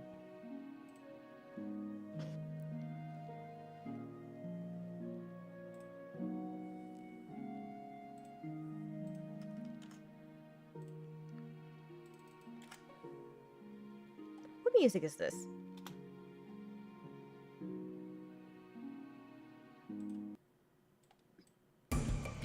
Oh no! Uh-oh. Initiative music. Oh, Okay, I'm gonna be real. This kind of fucks though. It's Cult of the Lamb. expeditiously. All right. The putrid stench of decay hangs thick in the air. Is that me? No. Coda I sniffs look it. over It comes from the I told alleyways. you. It comes from the alleyways. to Can hear. I have everyone roll me a perception check? Sure.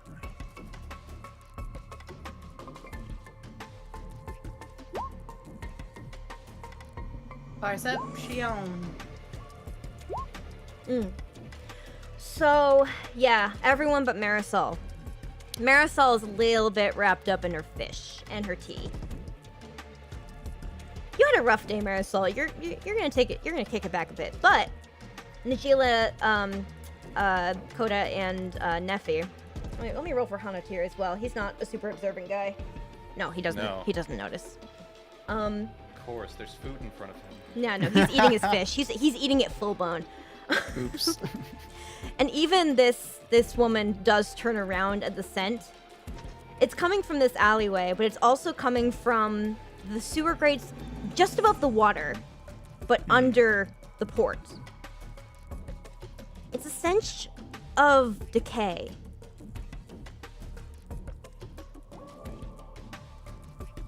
And you hear the rattling of what sounds like a metal thing, something heavy, trying to be pushed. And that's where we're gonna take a break. Hell yeah. Word. All right. You gotta find out what happens Yeah. after words from our sponsors. Yeah, we're gonna take a quick break. We're gonna go to the bathroom. We're gonna reconvene. I'm gonna set up some stuff real quick, and it's gonna probably be 10 minutes. Does that sound good? Get yourself snacks. Yeah. Go pee. Get yourself a drink. Yeah, we've been here for 2 hours. We need to take a break for sure. Yo, unclench your jaw. All right, we'll be back in 10 minutes. Okay.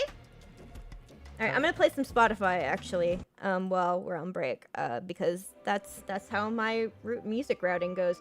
All right, I'll see you guys in 10 minutes. I'm going to mute the desktop. All right, and then turn this up a little bit, and I'll see you guys in a bit. And I'm gonna play a bit of an ad. Okay.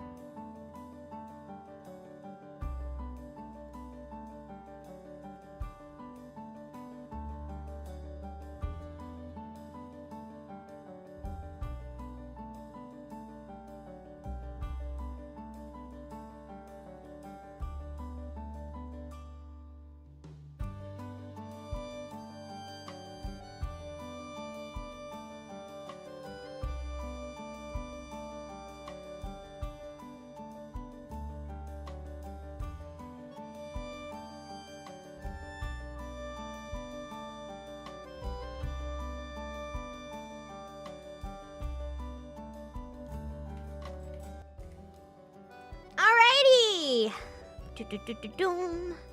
Turn this down a little bit. Thank you all for waiting so patiently for us to come back. I had some fries, and other people got water and stuff. Oh wait, this is the wrong screen. I'm professional. All right. I have an idea for what we're gonna do next. Like I said, I don't know if there's gonna be any big combat this time, but we come back to the spooky music. Hell yeah. Yep. Last we left off, there was a strange decaying scent coming from the alleyway, but also coming from fills the air. also coming from the sewer grates right above the water level. Nishila, you've been here for quite a long time, and you've never smelled anything like this. Which is odd because your bedroom is pretty much adjacent to the sewer as well. So, let me see how we're gonna do this. Let's all roll perception checks one more time.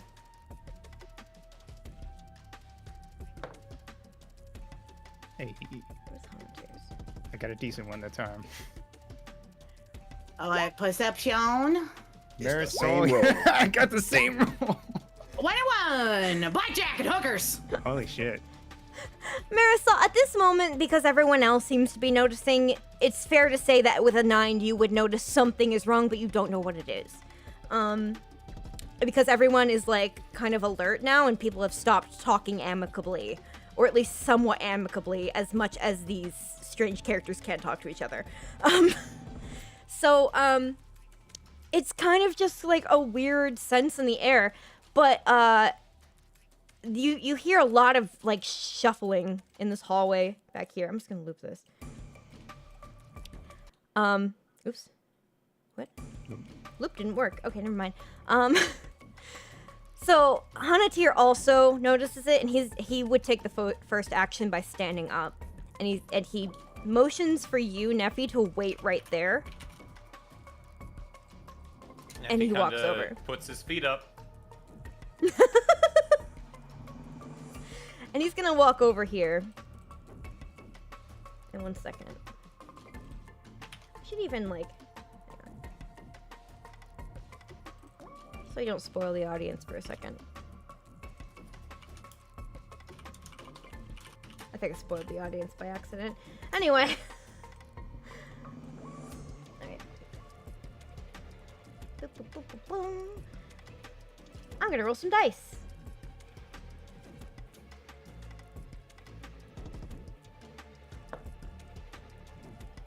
Never mind. There's nothing there. It seems, because Hanatir walks back out. And as he's walking away and back to the table, something comes out from behind the building. Oh, fuck.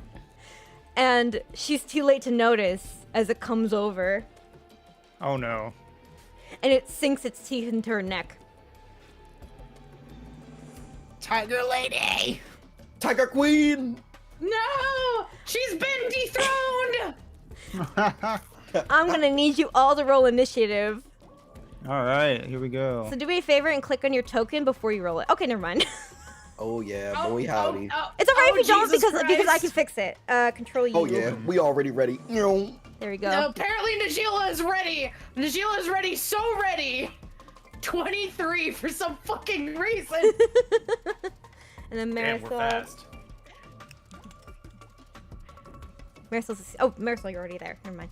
Oh shit! I took you off. Hang on. I'll put you back in. No! Marisol vanishes. Oh, Huh? Wait, no. You actually. Guys, what was that? I don't feel so good, Mr. Stark. I can't click on anything. Oh, that Wait. motherfucker is Uh-oh. gone. Let me let me Uh-oh. reset Hold it. on, wait. I was gonna like put her token back.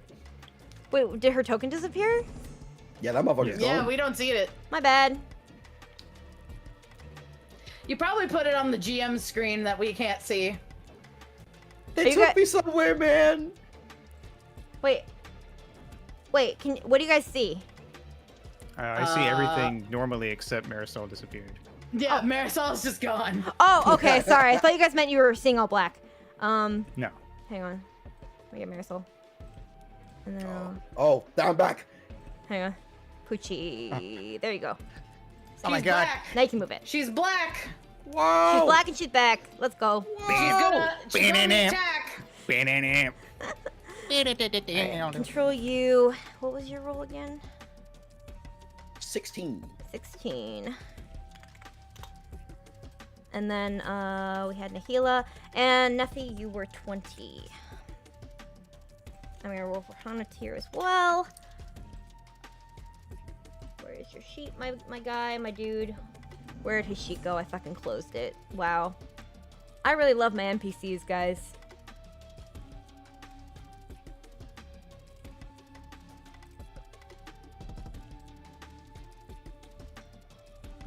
Alright. God, we all got really good initiative. yeah. So, Neffy, you don't have much to be afraid of because it's just like one dude who looks like he's on like crazy amounts of drugs. And your manservant is a level 5 wild magic barbarian, so you don't have much to worry about. You're probably Oh, pretty yeah, my calm feet in are this on the moment. table. Yeah. It's the fentanyl. Everyone else, you don't know what this guy's capable of, so you're pretty. You're not. You don't know what's going on. All right. I need to roll for his initiative. I totally fucking forgot. He's not very alert today. Man literally just walked out. He was like, "Oh, it's fine. There's Let's nothing go. there." Let's go. He rolled a 3 for perception. Oh wait, no, he didn't roll a 3 because I just noticed that his wisdom, his perception actually has a proficiency, but he still wouldn't have noticed. Because he only rolled like he only rolled a 3, so he would have rolled a 9. All right, so I'm also gonna roll for her. She doesn't have a character sheet though. Shit.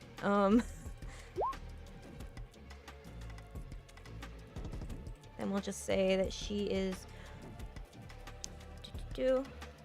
Oh, she had a nat 20. You. 20. And then the tiger as well.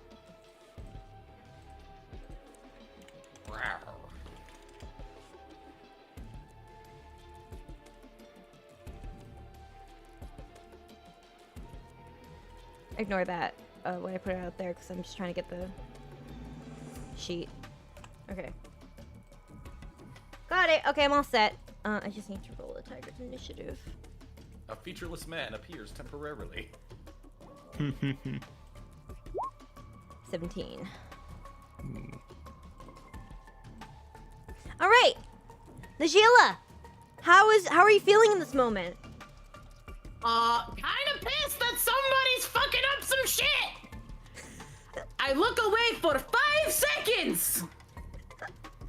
What is Najila gonna do in the 6 seconds that she has? That is a D&D 6 seconds, meaning that she can literally do anything as long as it's within the rules. She is going to use her insightful fighting, which is a bonus action. You can read that. Basically, I get to make an insight check, and they're against my deception. If I succeed, I can use a sneak attack that target even if I don't have advantage on the attack roll, and the benefit lasts for 1 minute until I successfully use the feature on a different target. It's going as a bonus action. You can make a wisdom check against the creature. Okay, what's the wisdom check though? Again, the target rolls deception. Got it. Okay. Hang on. So it's Najila's insight versus their deception. Okay. So do we roll? Mm-hmm. Sorry, my Yep. brain blanked out when you were explaining. You're good. You're good. Crazy. We're gonna roll and. Okay. I need to bring out his sheet. My insight is 18. I would hope that a zombie couldn't beat that. He rolled a 13 and he doesn't have No. a proficiency. Hell yeah. So, hang on. If succeed, you can use your sneak attack against the target even if you don't have advantage. Oh! Tyrion! Thank you for 6 months! Welcome back! Sorry, I'm DMing right now. I love you. Enjoy your emotes. Let's go. Alright, so, okay, so you can do sneak attack. Sorry. Okay, but not if they have disadvantage. Yeah, it's all good. Alright, good. Okay. Alright, you use... What do you want to do? Najila is going to essentially, like, use kind of like her brain space of like Sherlock moment, realizes that she can get a good critical attack, sort of rustle up over to the man's jimmies, and slide out from underneath, her holster. She has a dagger. So she is going to, stibbity stabbity. Stibbity stabbity with sneak attack. Alright. Nope. Yeah, no. Apparently not.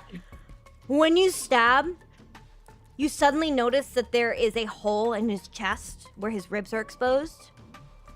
And your fist goes like straight into the ribs and gets a little bit stuck in there.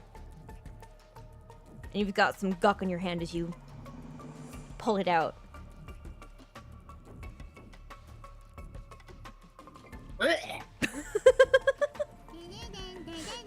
Thank you for the follow, Cyber Studios. Welcome, welcome, welcome. Najila, is that all of the movements you want to take? Movement, attack action, bonus action. Any special actions that you can take? I think.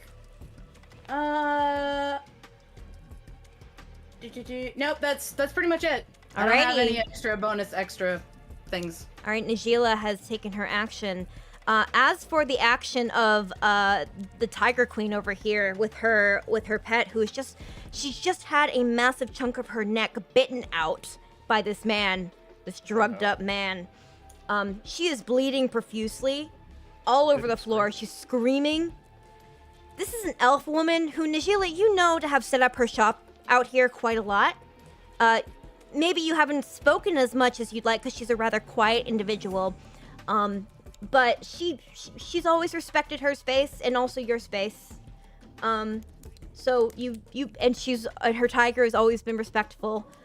So I can only imagine that this is gonna hurt a little bit when you find her falling to the ground, the light leaving her eyes. As she drops supposedly dead. And her jaw hangs slack. And next, Neffy. Does Neffy take any action this moment? Because Neffy knows that, Ruffles. Neffy's very used to not having to fight with Houndatir around. Yeah, but he's got eyes in his stomach today. Very true. We're gonna, still in our reclined posture, I'm gonna look over at the druggo and make a little like twist my wrist as if ringing a bell. And we're gonna cast Toll of the Dead on the drug man. All right. Can you put that in chat for me, please? Yes. Some of these spells are still new to me. You point at one creature you can see within range, and the sound of the bells. If target receives a wisdom saving throw, or take 1d8 necrotic damage. All right. Target is missing any of its hit points. Instead, takes 1d12 necrotic damage. He is not missing any of his hit points, so he will only take that if he fails. Oh no, I was thinking of turn undead. I was like, why isn't this making him leave? No. Nemo's Right. not a cleric, honey. Yeah. Yeah, no, sorry. I'm still new. Okay. Where's his sheet? Alright.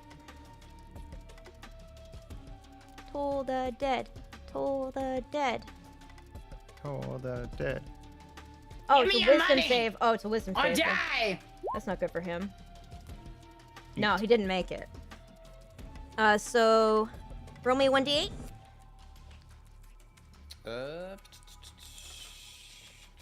Dice. Top left. 7. Okay. 7. So, hold on. Wait.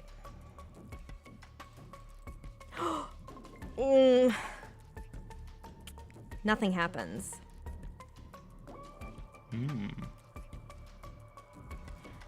You suddenly realize he might be immune to necrotic damage.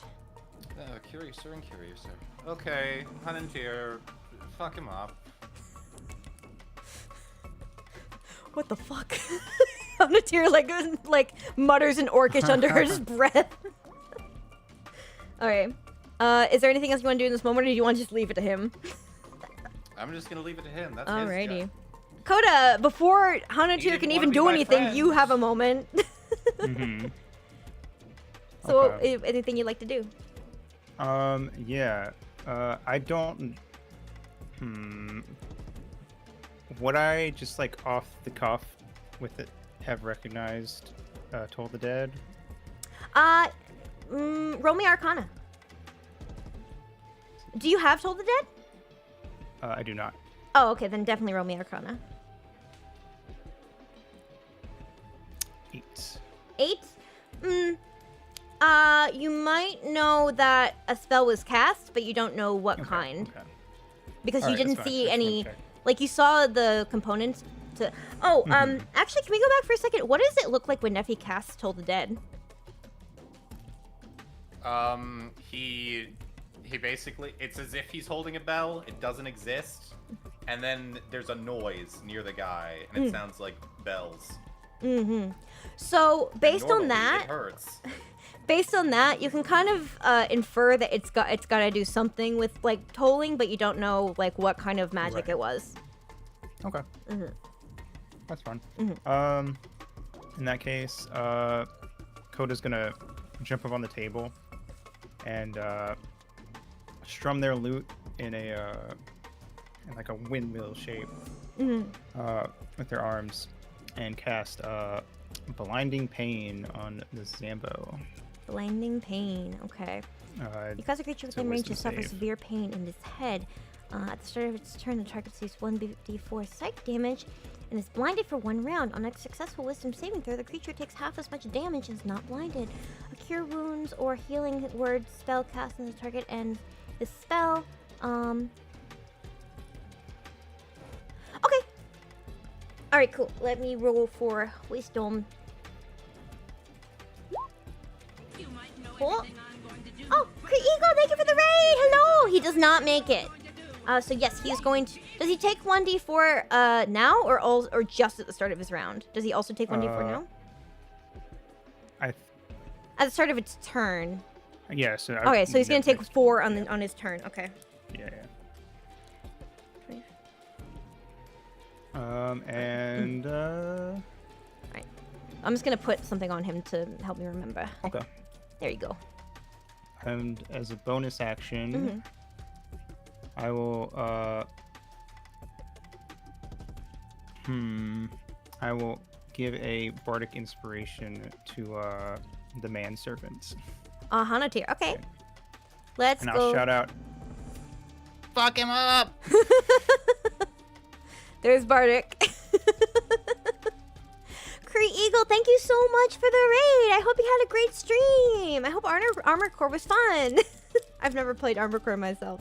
We're playing some D&D today. This is the first session of our Exiles of Cimmeria. The full VOD will be on YouTube if you missed anything. And I'm probably going to edit it down to like a form that is like consumable if you've missed a lot. So hopefully by the time hopefully it's easy to catch up by the time. But yeah, thank you again for the raid. I really appreciate it. I'm a little bit out of it because I'm DMing, so talking to chat is hard. All right, but we're in also combat right now before with the zombie. Turn-ins, I don't know, I assume, because you said they're barbarians, so I assume they don't have spells.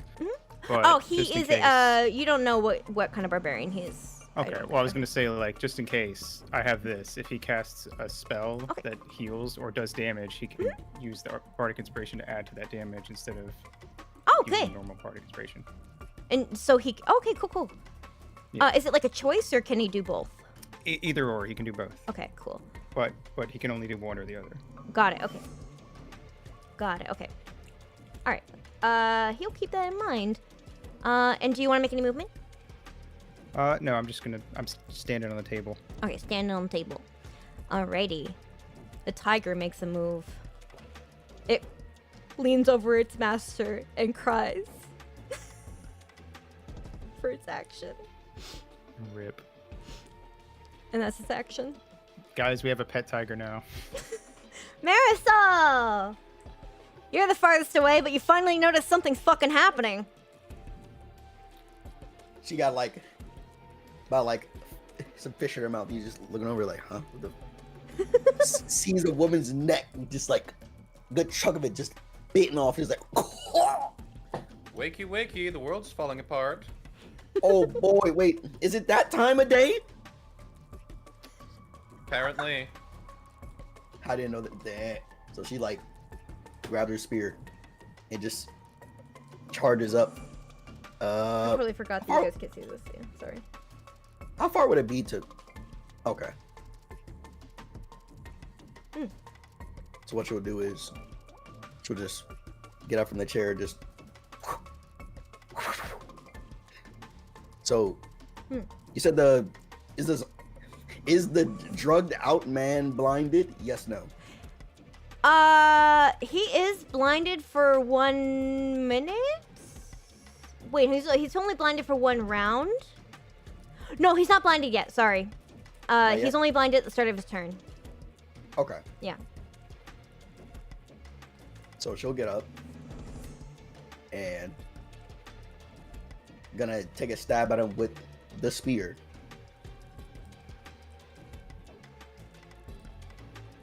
Wacha. 13, that meets. I mean, it doesn't meet it, but it's above it. So. Oh, okay. So All right. So to roll damage, you just click the purple text. This is spear two-handed. word. Mhm. Wacha. Wacha. 6 piercing. So she sort of like charges up and goes to like stab at it in like the thigh. Right in the thigh. It pierces right in the thigh, but he doesn't seem to be affected. And bonus action, unarmed strike. All right. Wacha. Oh, that definitely hits. Roll for damage. 7 bludgeoning. Oakley dokley. And because of the crusher feat, she sort of, I can send it 5 feet anywhere within an unoccupied space. All right. So she's gonna like, after yanking the spear back, she's gonna like do a little kick, do a little hop into like, A little like roundhouse kick. yeah, roundhouse kick into the alley. Ho! How far? About 5 feet. Okay, cool. All right. Is that gonna be it? And yeah, that'll be my turn. All right. Hanatir's turn. I have a question about D&D. Can you go here? Yes. Okay, right. Oh, great. Okay. Let me look at his sheet real quick. It's been a little bit. Hanatir, oh, thank you for the hydrate. He takes out his great axe and he goes, another day. In Orcish. Do any of you speak Orcish? Not at all. Nope. Just Neffy? Just Nemo's character, yeah. All right. It's their special bond, okay? We're not gonna impede on that. He walks up. He's got his great axe, and he brings it down on the guy, and he hits. Ooh. He slices his head in half. Nice. He's looking really bad. He looks like he's gonna fall apart any second. All right. And let me just check. Wait, did the zombie get a turn? I forgot to roll for the zombie. He's been completely defenseless this whole time. You monsters beating up a poor defenseless zombie. All right. He actually goes by fear before Hanatir, so none of that happened. Okay. Retcon. Hanatir imagined it all in his retcon. head. Yeah, this is gonna be cool. This zombie goes forward and he's going to take a massive. He's going to attempt to take a bite. He does take 4 damage. And he is blind as well. Yeah. realize? That means Let's disadvantage go. on Let's attacks, go. baby! That's what I'm talking about. So, Blinded by the light. Revved up like a dude. I gotta do math. In the night. All right, he's looking pretty bloodied. But not that he didn't look bloody before, but and now he doesn't look like he knows where he can look. But he does run forward, and he kind of like, As Zambo does. yeah, he just kind of claws wildly in Nagila's direction. And he does not hit her. Nah, she's too agile. Snake woman doing the ducking and the weaving. The weaving and the bobbing. Curses. And as a bonus action, he's gonna chomp his teeth at her. In her direction, hopefully aiming for her neck. Uh-oh. Damn it! Attack at Nice. disadvantage. Wind and a miss. And he can't do it for a while. I'll get you next time, Gadget. It's not working out. So yeah, now Hanatir can move and he can do his great axe attack, but I'm gonna roll again just in the sake of fairness. He hits, and Hell yeah! he does the same amount. Same of damage. damage, same damage. Let's go, Hanatir. He was Alright. fucking. He perfected it He in was his head. visualizing. Visualization training. Let's go. The zombie or the drugged out man, it gets cleaved in twain. Oh! I helped with that in my mind. But he's that's still partly because up. of me. He's still up. That mother. That's it. That mother. He is on the verge of fucking death, and you get the feeling that there's something about this thing that should have gone down with that last hit. Yeah. All of you do. He's dead. He's dead. I'm getting his ass. And Najila, it's up to you. Well, that's not normal. What kind of That drugs should can have- do that? It's supposed to be very dead. Well, no, I know one way to kill something. Because it's blinded, do I have advantage? Yeah, I'll say. All right, cool. So It can't dodge you, so. Did you was gonna try and like? Not to mention his AC's very low. So. She's gonna try and take like both the daggers and kind of like stick them in the ears through the brain. She's like, look, if you smush his brain, it go bye bye. That's generally how that works. All right, let's get that dual wielding bullshit. And I still get sneak attack damage, so this is about to be disgusting. Yeah. Uh-huh. Just take them dice and just throw It's the kind dice of at the screen. overkill, but yeah, no, the second those blades go into his brain, his jaw slackens, falls off, hits the ground. His eyes just go blank. He stops moving entirely, and any noise he was making, any little clicks, any little like sounds his body was making, they just stop. And his body detaches from his head and hits the ground. While Najila still has basically Hell yes. she's basically skewered him like a corn cob. And he's just hanging in the air there. Hell yeah. Combat's not over. Is there anything Najila wants to do before anything else happens? Najila would like to clean off her blades for like a hot second, and then she's going to attempt movement up to higher ground to see what the fuck's going on. So how feasible would it be for Najila to kind of like take a running jump on top of the hut? So you took your action, you'd have to jump over the body of that lady too, and the big tiger. It's cool. I got a bonus attack. I got a bonus, not a bonus attack. I have a bonus of dashing, so I can get some speed. So I'm gonna Dashing. use my dashing. I'm Okay. gonna use my cunning action for a dash for speed and movement. Okay, cool. Do it. So she is Yeah, so you can jump, up on the but hut. you're gonna have to make an acrobatics check to get up there. I It's about 15 Love feet. that shit. It's 15 feet. 14. Yeah, you make it. But like you slip a little bit on the way up, but you still make it up. No style points, but I got up there. That's Yeah, all no that matters. style Hey. points. I wasn't gonna give it to you, but then I was like, yeah. I mean, like, you've been here for a long time. You probably Jumped on roofs. yeah, you Stuff probably jumped on before. roofs like that before. So yeah. All right, so you do that, and that's it. That's the end of your turn. Yep. Coda holds up an 8. All right, hang on. What's this song like? That's the same song. That's a very calming song. Such relaxing combat. Yeah. It is for me. What about this one? And Neffy's POV, it's just like some beach music going on while he's sipping on the tea.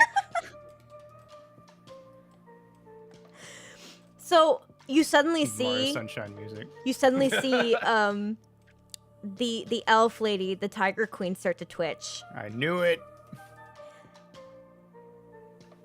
and she jerks up and she takes a bite of her tiger, Oh, not the tiger! No! Yo, or she tries to. Let me see if she hits it. friendly fire. Oh my god.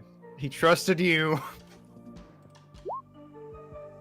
Oh, it doesn't quite sink in because the tiger Oh. skin's a little bit too thick, Oh, and the oh, tiger gets up and like hisses at her. That's all I needed. She's dead. And She you went for the see tiger. that her face is starting to rapidly decay, and her jaw goes like slack and hangs to the side as she limps her way with mangled limbs back up. And I want to change her token really quick. Where is it? There it is. If you have that, oh my god, I was gonna say if you had that exact token but zombie, that would have been crazy. I wish, Great dude. I skin. wish. Yeah, yeah. Gray skin and some like splotches of blood. You think I planned that far ahead? No, it's fine. I was gonna say if you did, I was gonna be like actually like holy fuck. It's Like, me. that's Mercer shit. If you did that. I can only Spent hope 3 to be days like him. zombifying every NPC. Yeah, yeah. The tiger has already jumped back, but has I not only invoked made 15 an minutes attack of session, not though. quite up. Huh? Even you have been zombified. All right, cool. All right. Let me roll for this one. So I'm assuming you guys are gonna fight this thing. So stay in initiative order. I'm pure neutral, and I just saw this lady try to attack an innocent tiger. I'm all in.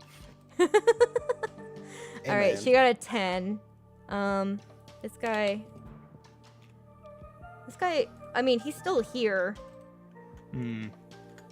So, but he's just dead. Yeah. Okay.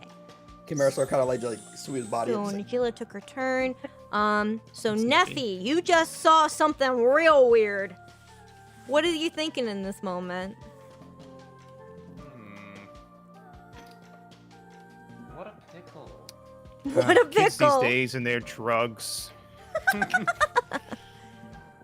Kids these days and there's devil's lettuce. Motherfucker using the. You there, Kota? Yeah, what? Yeah. Do you have a coin I could borrow? Yeah, and can I toss him a gold?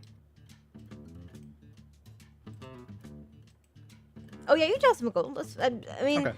so that would be like, you can do it. On my turn. How about Nemo has a ready to action for when you toss it? Okay. Okay. Yeah. Nemo, is there anything you want to do before you ready an action like that? Because that would be one action.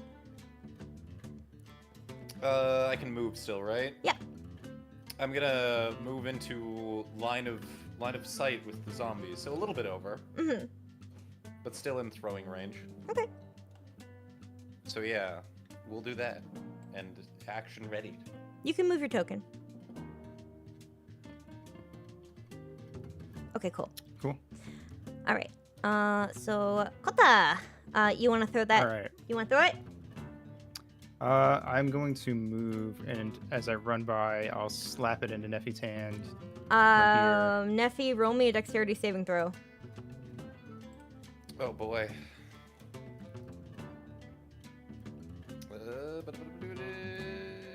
Dex save. Mhm. Okay.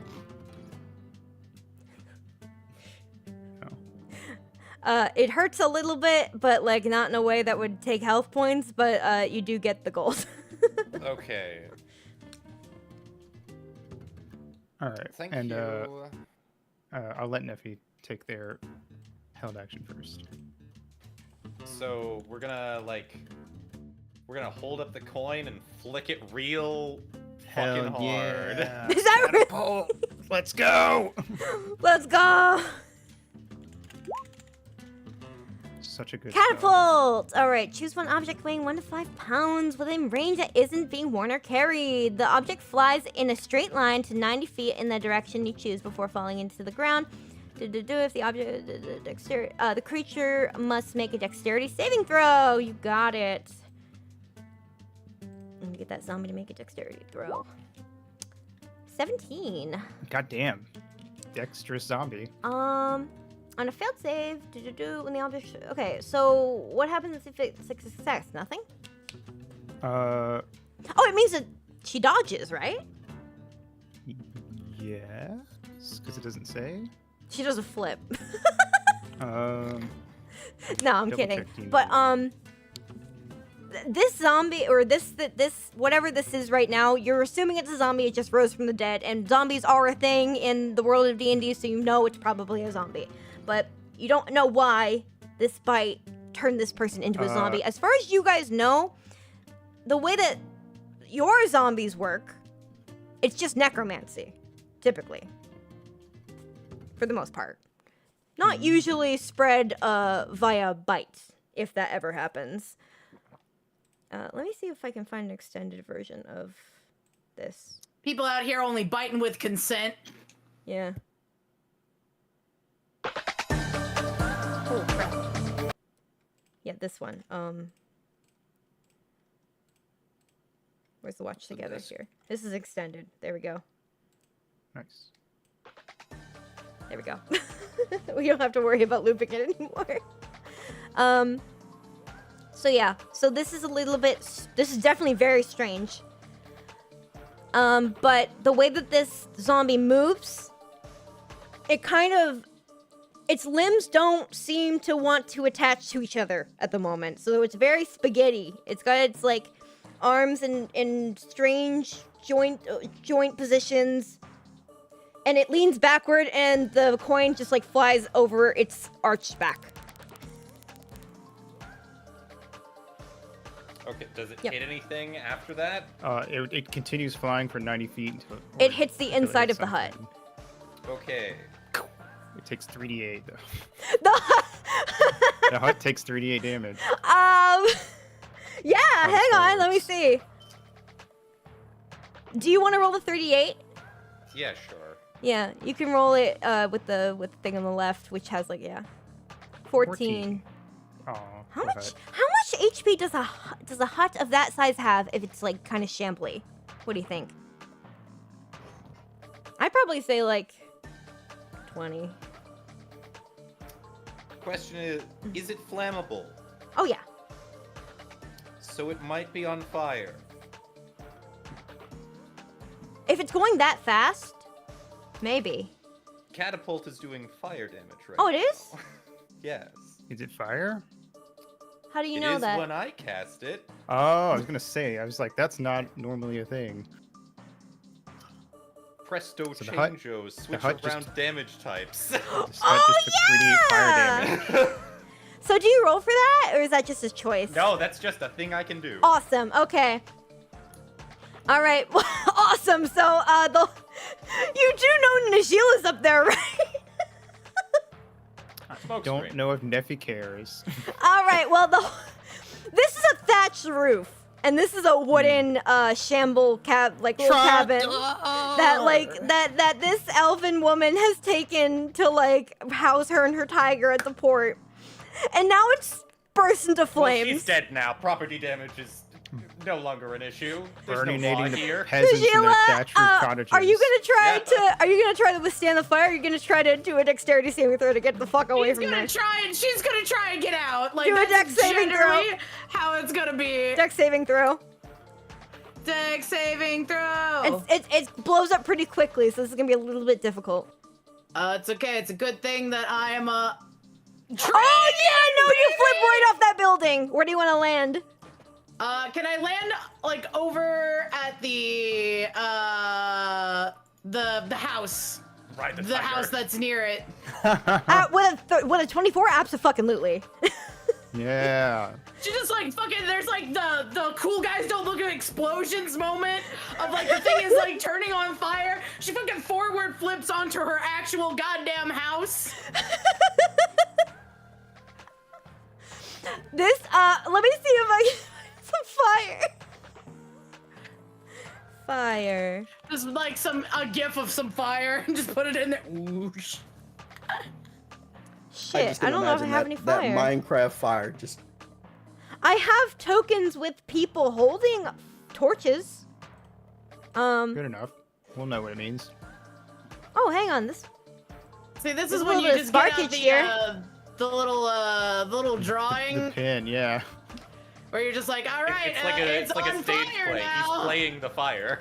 Yeah. There you go. That's perfect. That is perfect. I was gonna put this thing on it.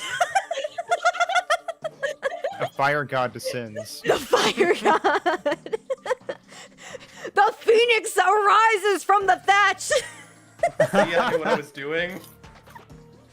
Actually, you know what? Fuck it. It does. It's a little is bit the of real plot all flavor. along. Maybe she was keeping the spirit of a phoenix in there, and now it's fucking free. Alright, shit just went from That bad to worse. happened. It's I can't free, wait but for that to be important it 20 sessions ascends to later. heaven. Yeah. I remember you. It was so warm it hatched. It was like, Coda there giving we the go. phoenix a fucking fist bump later. It ascends to heaven. You don't know where it goes. Maybe it'll come back one day. That's where my music goes. So yeah, that's what happened. Is there anything else Coda wants to do after that radiant action completely destroyed this cabin? Yes. Holy shit. Pay me 1 gold to instantly destroy this house. That's some Coda's gonna- win ass shit. Coda's gonna point their loot at the new zombified lady and do a pick scrape and cast lacerate on Nice. the Zambo. For those who don't know, including me, what is a pick scrape?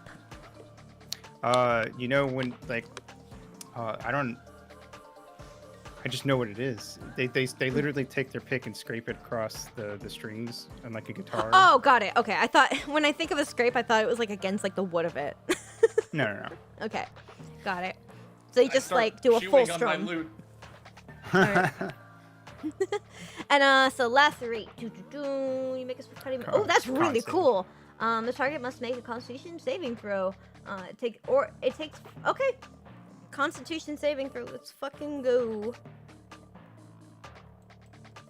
Shambling. Come on.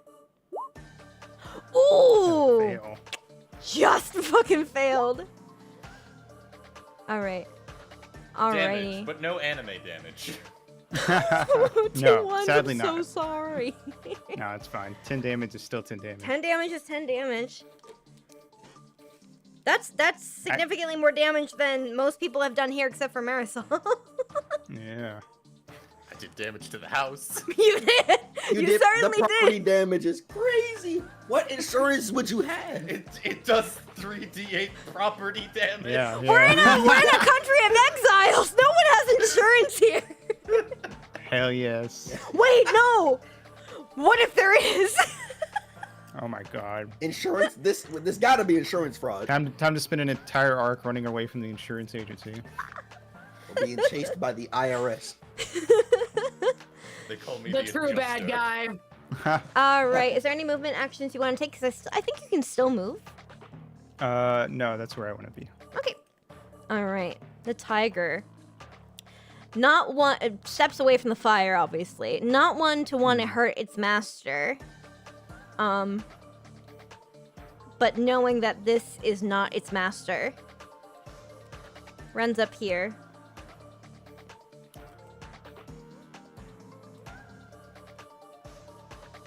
And does a claw attack. It's not meant to roll with advantage, but if it does, I just take the first one, just as a rule. If you guys ever accidentally roll with advantage, I just take the first one, just so you guys know. That's what I do. Yeah. So 24 definitely hits. That's Also, 1d10 for- plus 3. Fun flavor text for lacerate. One of the components is a shard of bone, and my pick is made of bone. Oh, that's really cool. There we go. Hey, weapons made out of bone. Solidarity. All right, so that's 8 damage because plus 3. What's... I'm made out of bones. Aren't we all? You about to have one more, baby. Hey! I have to count my fingers. Hang on. No worries. Okay. Got it. It's one of those moments of like where somebody like whispers in real close is like, "There's 206 bones in the human body. Would you like to make it 207? My favorite was Hank Green in Mentopolis saying, I know this is off topic, but I know that intense music is happening.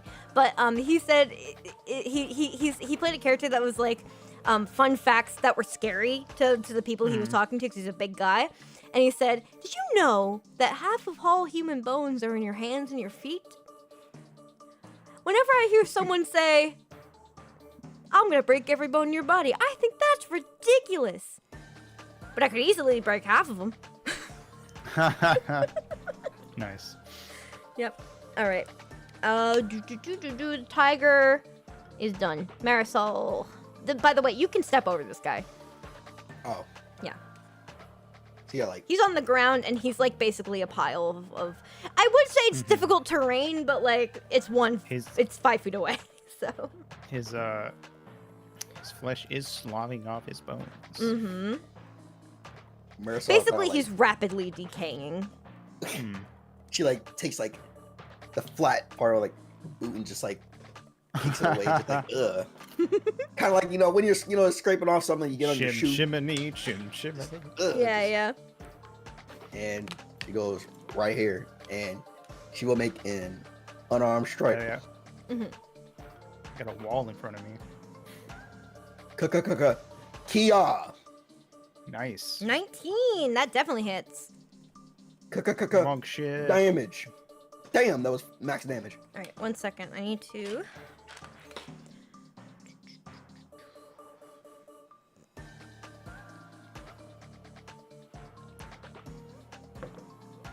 Ooh. All right. It's still standing, but it's got. So did you punch it or did you kick it? Oh no, she wound her arm back and she just punched it in the jaw. Just That jaw Like- flies off. she looked at the tiger first, back to the zombie, tiger, zombie, and The jaw flies off. It swings its And- head back at you. And it is. Basically, its body looks like it's about to fall apart, but it stays. Its fortitude just keeps it there. okay, crusher feed procs. I'm going to push this zombie into the inferno. All right! Neffy may have started the fire. We're gonna keep it going, gonna burn the zombies. Gonna take some fire damage. It catches fire instantly. And it doesn't even scream as it just falls apart and the skin just like melts off the bone. And all that's left is a pile of rot and bone and blood. An even Staying more in the foul ground. smell fills the air. Oh my! She's picturing her nose. It is Oh one my of God. the most foul smells you have ever Ew. experienced, especially burning. What is this song? Hang on. You ever left rotten meat out in the sun for a week? And this is like 100 degrees. The sun is out. That's the kind of smell. I'm just trying to find Smelly good smell. extended music. Smells. What's shop extended? Smelly. That's pretty good. Okay. I found good music. This will be the music that you listen to now. Hell yeah. All right. We're gonna get rid of the Phoenix. He went to heaven.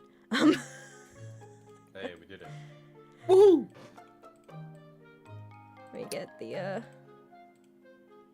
Bloop. So now you're stuck with two weird corpses on the ground.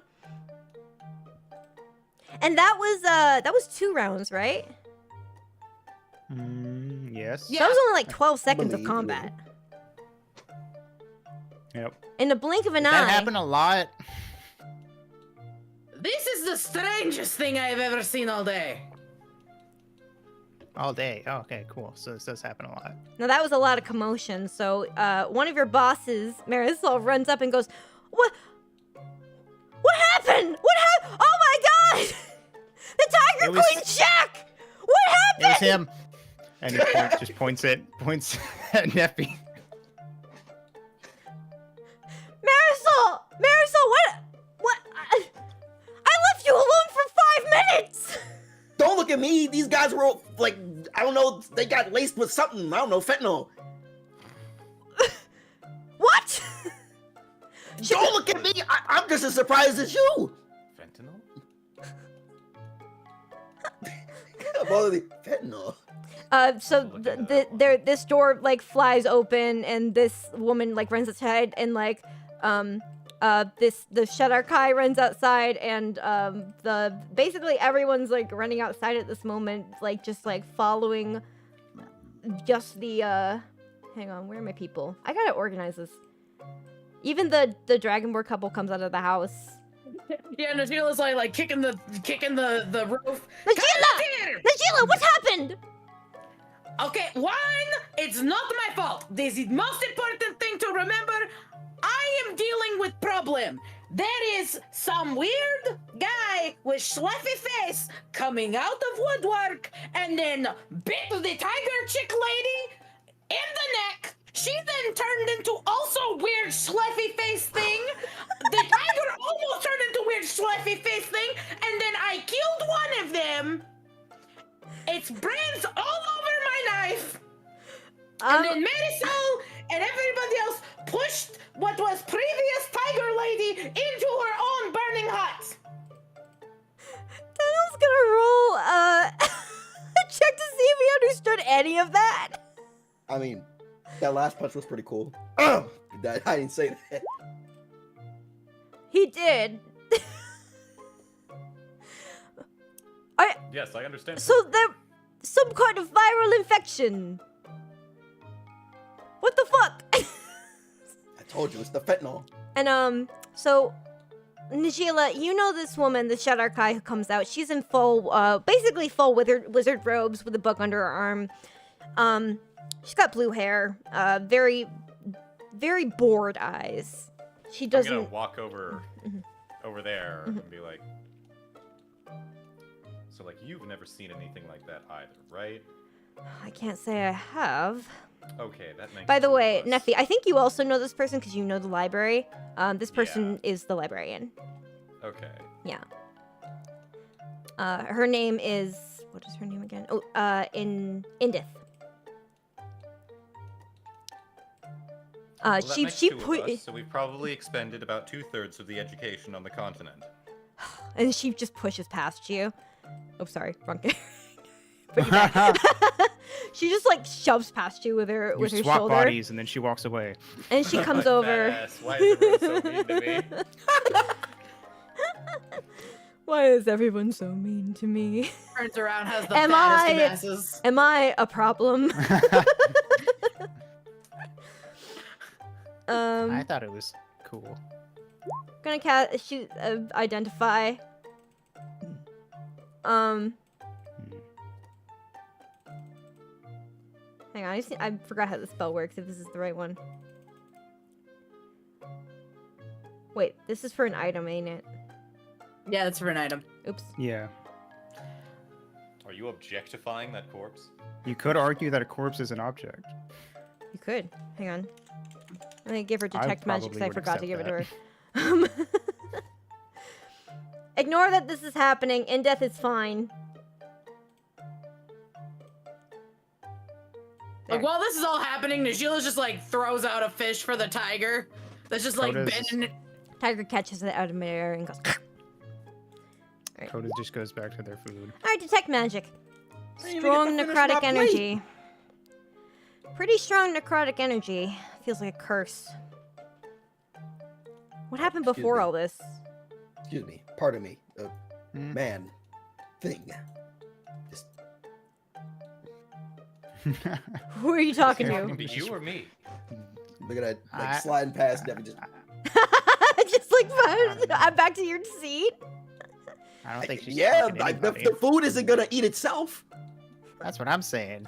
My compliments to the chef. Yeah. Still good. 20 seconds later. Yeah. Wow. Okay. It ain't that cold. But like, yeah. Najila, make me a death saving throw. I'm sorry, not death saving. Oh, God damn it. death I saving. gotta Oh my roll God. that. A dexterity saving throw with disadvantage. All right. You die of embarrassment. For some reason, my sheet doesn't want to pop out for. I one think second. just There it refresh. is. Okay. Dexterity saving throw at disadvantage, you Yes, said. please. Holy shit. What the 24, fuck? 23. Goddamn. You can't take the style out. Yeah. You know what? Actually, Najila just like puts like a rope around her knife, like sticks it kind of like into the side of like in between some of the bricks, and just kind of like slides down and like flinks it back up and into her hand, and just stands next to the librarian. Coda claps. You were trying to drag it down. I'm sorry. You know what? I did it drag first. it down. I did it first. Yeah. Now, behind you, And I'm impressed. as you go down, you don't Congratulations. even notice this, by the way. I wish I didn't put them so far down. Hang on, where are they? Where is it? Did I put it on? Where did he end up? Fuck it. I can do this one. This like flops out and like just like the torso of it ends up like basically hanging over the side of the roof as it tried to lunge for you. Oh shit. I'm really trying to get you guys in trouble. I just want to hurt you. That is such a mood as a DM. It goes as it like kind of just flails there, and it does I not. want you to move feel from physical and emotional pain. there. Huh? That's peculiar. And Indith is like below this roof here, and just like looking up at it, and it's just like doing more detect magic on it. Is like very heavy necrotic energy, but there's something else there that I can't really identify. Well, you would do a lot more identification if you could just, I don't know, capture it. Fine. Look, Come I don't on, have much magic to lady. capture anything. I'm just. Let me see. Hang on. You capture my attention all the time. Now, come on. Ooh. Oh my. Well, Whoa. I don't Hang know on. if this is the dialogue or the Coda fucking starts fish, but this playing on shit's their lute. spicy. I'm gonna figure this out because I have so many fucking characters. Hang on. What in the hootenanny? Just What does this do? Oh. Guess who is Snare? Tanel.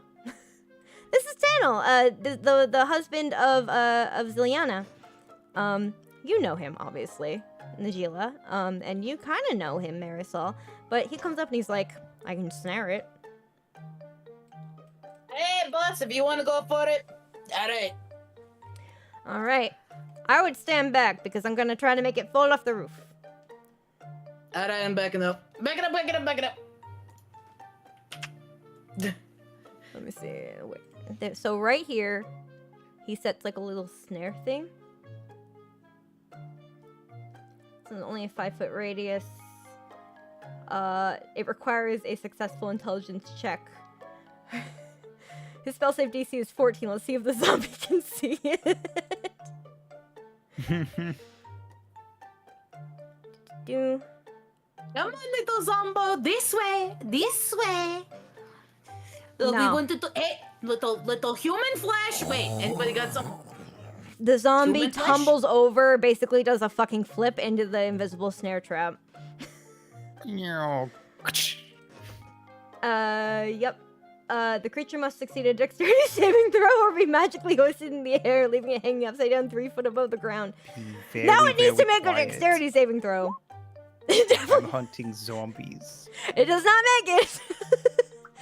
It goes, and it just gets hoisted upside down with its like leg in the air. Just one leg, mind you. The other one falls off Ha! Nice. and onto the ground. And it's just waving its arms around, trying to get at something. Well, I suppose we bring it to, I don't know, the church. What kind of place do you? We gotta bring it to the tower, don't we? And then Talon goes, well, without Rodri around, then it's a little bit harder to identify this kind of stuff. But you know, we might as well. And Najila, you know that these three, Indeth, Tanel, and Ziliana, are all part of a conglomerate of wizards called the Wizards of Arrest. you've worked with them in the past, and you would know all this, but basically, you work with them to try to figure out what the fuck is up with Cimmeria, because it doesn't make a whole lot of sense for 3 nations to band together to just exile people to an island without colonizing it themselves. It's very unusual, and there's been a lot of necrotic energy being detected on the island, and you would know this too as well, Neffy. And also Marisol, you would also know this, but Coda would be absolutely clueless. But yeah, so when they say back to the tower, they're talking about the Tower of Arast right outside the city. And Indith kind of steps aside and is like, you all can go back to your day. The Wizards of Arast can take it from here. We might as well That pick up means the I remains have here to too. build a box. What'd you say? That means I have to build the box, don't I? Bro, what does that mean? Build the box? What box? Do I we're taking it outside the city. Najila, who has been the person who like has to do most of the dirty work every time with them, she's just like, I She's have gonna to build build a the box. cage. I have to put it in the box. Oh, I mean, they were just gonna use a levitate spell to like bring it over to the tower or something. Oh, that sounds like a greater idea. Yeah, no, fuck that. Fuck whatever. They don't I give a was shit doing. about subtlety. Woo! Anyway, zombie in the streets, everybody! So these 3 just kind of march off. And I'm just gonna delete their tokens for now. I'm half tempted to follow and make it a parade. Ooh, you want to? All right. I want you to know, Fucking. it's a long way to the Tower of Arast. I think that Kodo would consider it and then go, oh wait, my fish. My fish. All right. Well, the tiger starts to eat the corpse of. Oh my god. Oh god. Tiger, Okay. no. All right, Marisol, we're taking off. We're not sticking around here. Hey, quit that. Hey, shoot. Hey, get that out of here. Hey. Runs over. Yeah, so like she gets up from her chair. Is like, well, this has been a fantastic 5 minutes of my life. But I think I'm not. I think I got work to do. Yeah. Work. Yeah. You do have Hey, work. We have wait. fish to deliver. Wait before you leave. Ah. Bye. Oh. She gives away. Bye. Ah, All right. So he's gonna lead you away.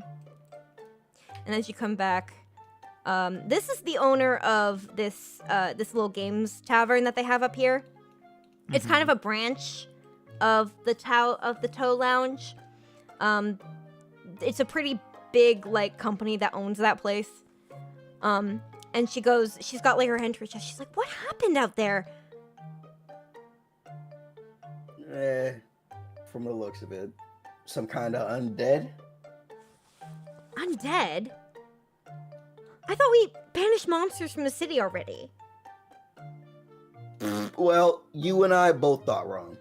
What are those guards even good for? And she I goes don't back know. inside. They get paid to do absolutely nothing. All right. Could be gold in my pocket, but I don't want to work here. And as you walk back, both of you walk back here to basically wrap up your equipment for the night. You can kind of tell that. I forgot his name again. Fuck. Enner's looking a little bit under the weather. He's like a little bit weaker and he's like breathing a little heavier. He's like, oh, I don't feel so good. I don't feel so good. My tummy hurts. My tummy hurts. Like, actually, no, he's like, my tummy hurts. Stummy hurt. My tummy Rope a hurts. sea monkeys by the gala, my tummy feel crazy.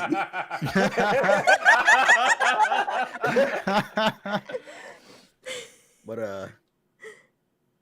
Marisol kind of like walks up to him, kind of like peering. Marisol, I'm sorry for taking all the fish earlier. This might be karma for what I did. Water under the bridge or water under the docks. I mean, it doesn't matter. Nah, don't worry about it. Don't worry about it. Boss. will All right. protect me. Someone grab the cart down there and take it back to the shop. On it. And Alright. before she dips off, kind of looks over at Emmer's like, hey, let me see your face real quick. He looks up at you and he's just got like a big frown in his face because his tummy hurt. I would like to roll medicine. Okay. Medicini Alfredo. Yeah, sure. Roll medicine. Woo! What's up with the lad?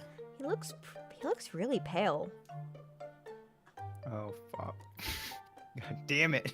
But Dang. it doesn't look like, it just looked like he got tummy hurt, like just the way that his expression is, but like his actual physical features, he looks really pale.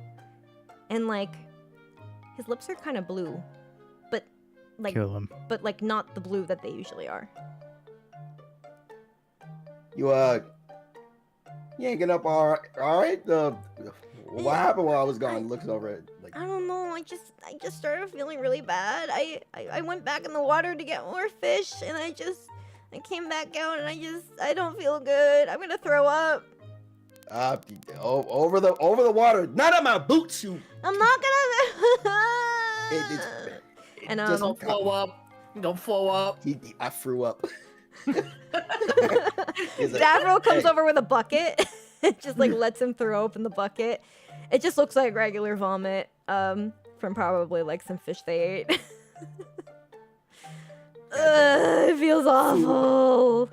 Seafood poisoning? Oh my goodness. With your medicine check at 15, you can tell that he's gonna be okay for now, but you don't know much else.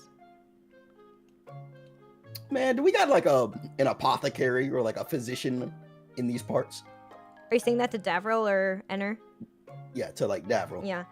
I don't know, man. I mean, he gets sick sometimes and he usually just sleeps it off. I mean, we could take him to the tabernacle. The priestess might know where to go. Okay. I'm gonna go I'm gonna go do that. You sort of like clasp her hands. Do me a solid. Oh, we got a lot of fish to bring back. I mean, we could just send him to the tabernacle and he can just get taken care of there. I'm sure he can make it. It's right over there. I mean, it's not that far, but You can roll me persuasion because I think that this guy really just wants to get his work done. yeah, persuasion, Kia. All right, we'll both go. Nice. Not Listen, even the bar. it'll be in and out, 20-minute adventure. All right. Still done. He full on like throws Enner over his shoulder because Enner is a small tiny boy.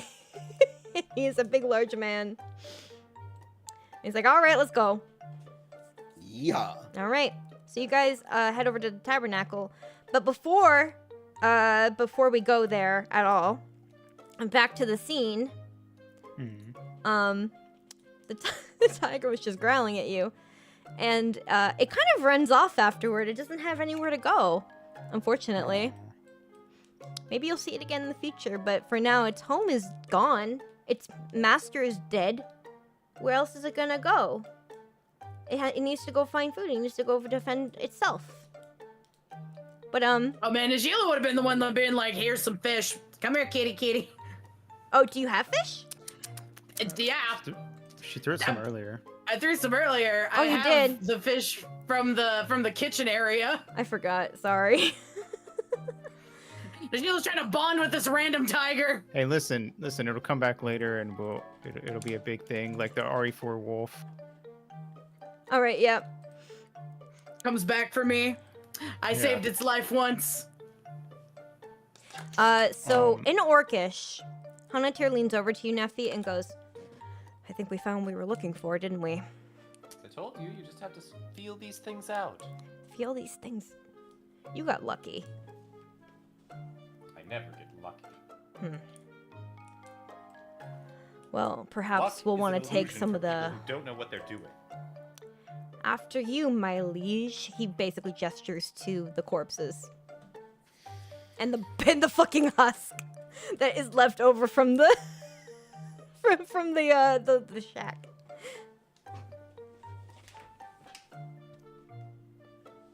I'm gonna go over and inspecto patronum. Inspect my big bone. So you want to roll me an investigation check? Do I? Let's see if I do. No. No, tell me nothing. Do you have any spells that might help you identify anything?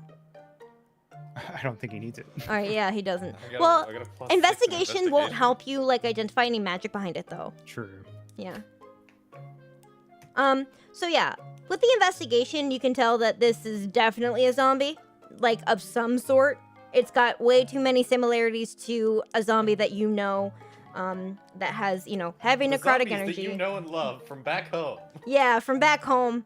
The zombies that are typical among, monstrous lands, mostly raised by necromancers. But there is something altered about this zombie. You think that this is a very weak creature compared to most zombies, but you do think that, based on your observation of how it changed the elf, which, by the way, elves are very resilient to a lot of things and I live a should know. very long time. So you know that that is some powerful, powerful energy that must have changed that person just with one bite. Like magic. But to do more, you're gonna have to do some magic on it. Okay.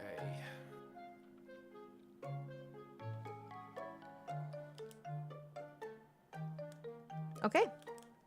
Oh well, that'll have to wait until later. Hmm. He I have a leans- question. Oh yeah. Just there's people on the ship.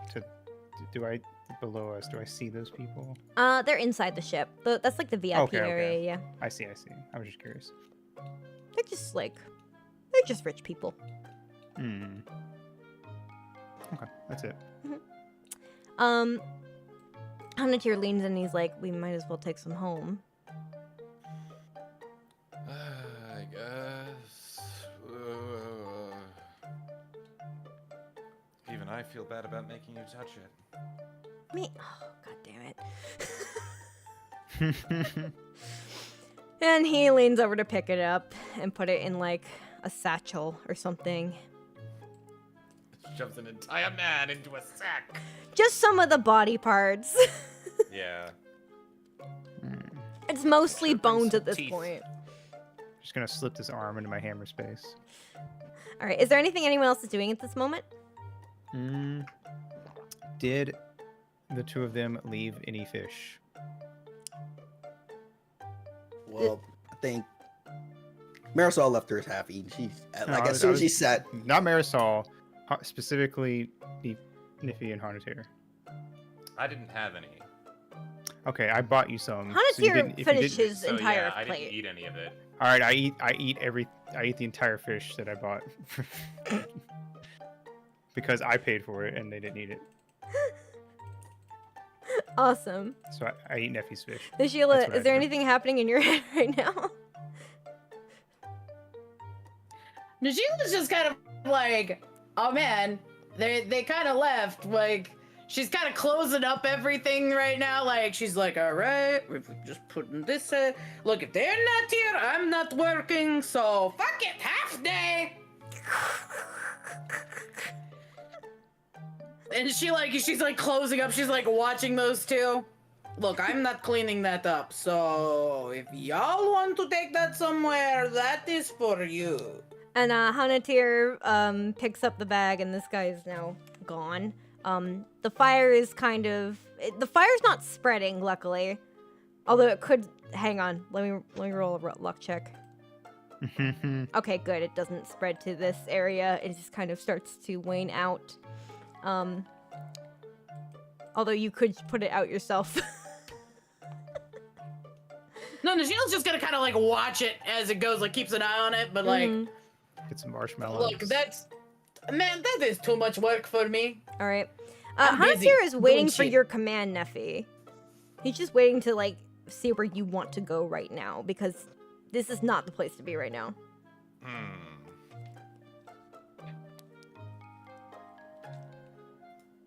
All right, back home it is. Back home. Coda, Hmm? do you have anywhere to stay? Nope. Would you like to? I would love to. All right, come on. We're taking in All a right, cool. stranger. Yes. You're going to sleep next to someone you just met. Usually No, I that don't costs you sleep. money. Are they saying this in Orcish or in Common? In Orcish. Damn, okay. Usually, I should say it more often. I assumed, but I just wanted to check. I should say it more often. Yeah, he says it in That's Orcish too. Although he does have a bit of trust in you for giving him that super awesome bardic inspiration. Hell yeah. But he still And the doesn't fish. know you. And the fish. He still doesn't know you. Yeah, no, it's fine. I'll win him over later. All right. Well, by the way that Hanatiri is looking at you, you get the feeling he's going to stay up all night watching you. That's fine. All right. Do you guys want to head back to the tow lounge then? I'm gonna follow them. All right. Yep. Whoa, I didn't mean to bring Najila. Najila, you can't come. No, I'm sorry. Was I not invited? All right, bye. Have a good time. All right. I thought this was like a part. We were all like, no. Okay, sorry. Are you guys okay with going a little bit longer? Or are you? I'm fine. I do not know what a sleep schedule is right now, so fuck it, let's go. Pucci, you I'm good? chilling. Okay. I Nemo? usually stream till like I'm not an in hour college. from now. Okay, you're not in college. You are not in college. So let me just roll quick. We're gonna do a little bit of jumping around here. Can I get a 5-minute pee break before we? Oh continue? yeah, absolutely. If you want. Make it Okay, 6. I'm gonna do that. Yeah, All right, we'll take a quick break then. I'll play an ad while we're gone. How's D&D? It's very good, Omni. All right. The Tow Lounge, Renee. Tow. Like T-O-W. Not like... No, wait, no. No, it's TOE. It's obviously for foot enjoyers. Renee, and, no! Motherfuckers on find feet. where ladies with particularly great pedicures procure themselves some finement. All right. This gives me a good opportunity to type a little bit, so we'll be We right used to back. pay Okay? gold for this back in the day. No more feet! No more feet!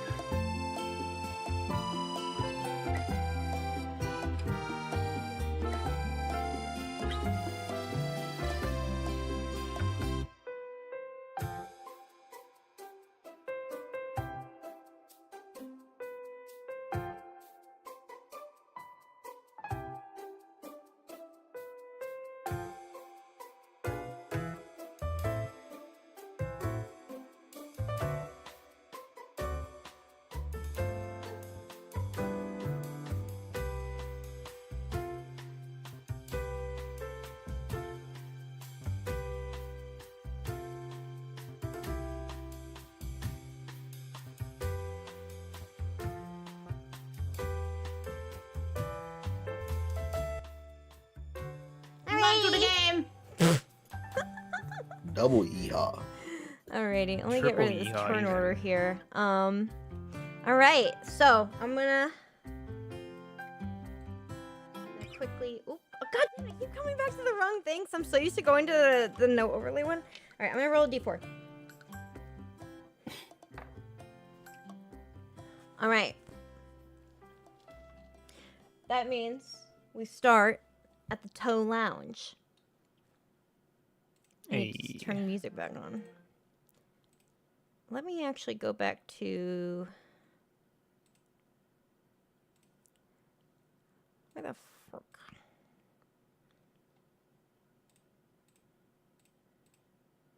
What is this music? It's kind of chill. Here. Kind of got a vibe.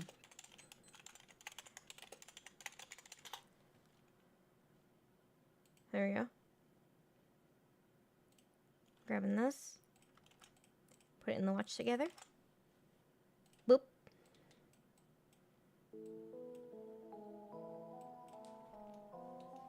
Awesome.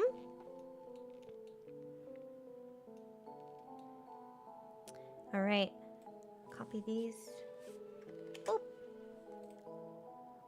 I'm gonna take everyone over here. Back at the Toll Lounge. Hey. Back at the lab. You guys all head back here. Now here's the thing. When you get to the door, you get stopped. Hmm. Let me just pick out who stops you.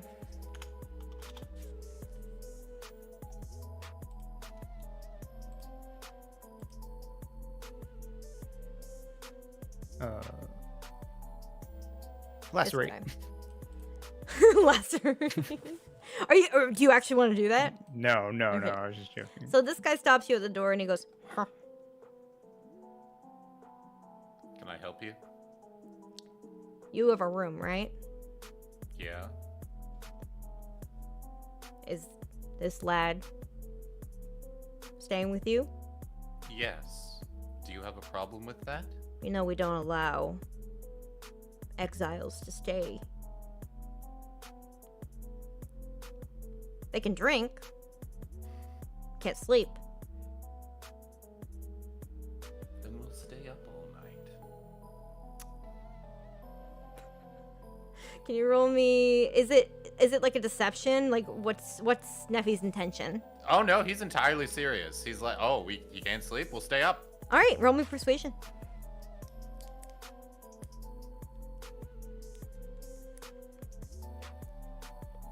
I mean, I didn't intend for it to be persuasive. He's just being a cunt. Oh, okay. But I'll roll it anyway. Yeah, roll it because like. Okay, yeah. How cunty are Okay. you? He steps aside and Pretty. he goes, "Don't let me catch you with him upstairs. Them, whatever. I don't care." He's kind of a dick. Hmm. He lets you in. And do you guys want to like eat lunch or dinner or something? Is that what? It's like What time of day is it? it's like 2 o'clock. Actually, Neffy's gonna be like, he's gonna look back at the guy.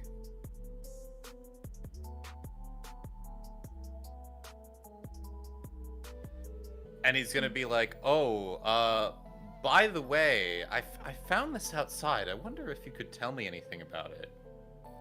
What And he pulls out a piece of paper from his book.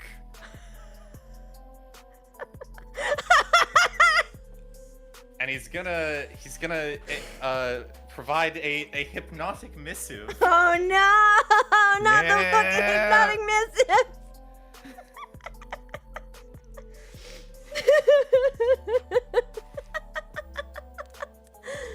Okay. So he has to make a spell save DC, right? Wisdom save. Yeah. I'll tell you right now, he probably has like -1 wisdom.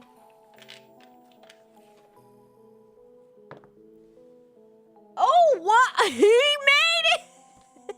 Oh my god. He rolled a 16, so it's like a 15. Hang on. What happens if he makes it? Oh, he knows he knows this is a spell, right?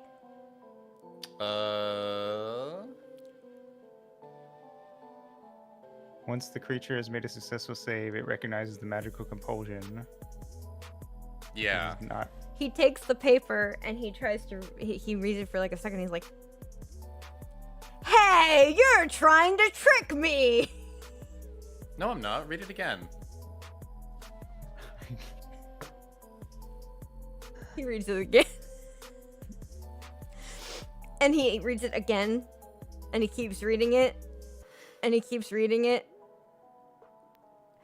And he keeps reading it. Funny, isn't it? And he Anyway, looks at it and he's like,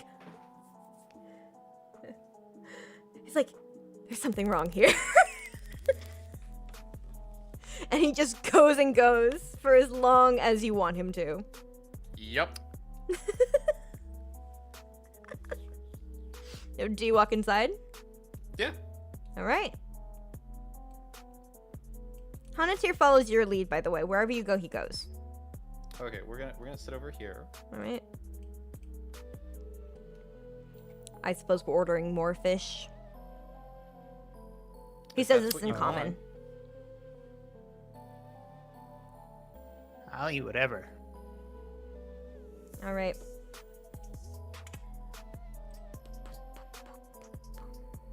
One sec. I'm choosing a person. Cute.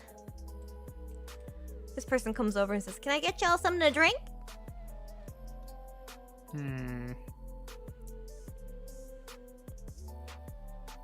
We don't get a lot of bods around here. I can't do an accent like that. I'm sorry You if guys I have, butcher it, Pearl. Anything alcoholic?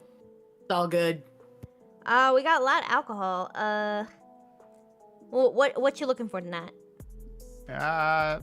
Just bring me wine. Just the first one you see. Doesn't matter. We don't have a lot of wine. We just have a lot of moonshine, a lot of vodka.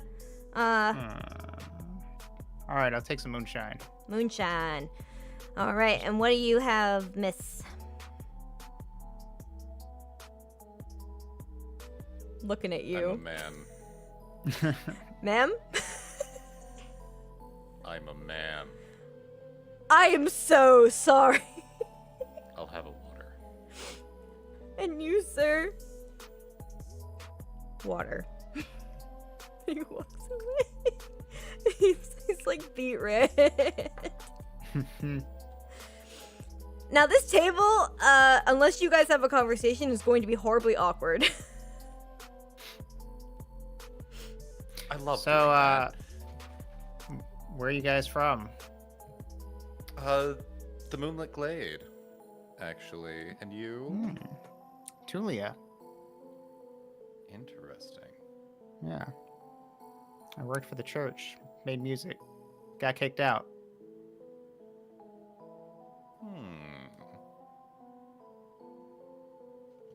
Crack open the book, magic up a quill, get it writing. Tell me everything about yourself.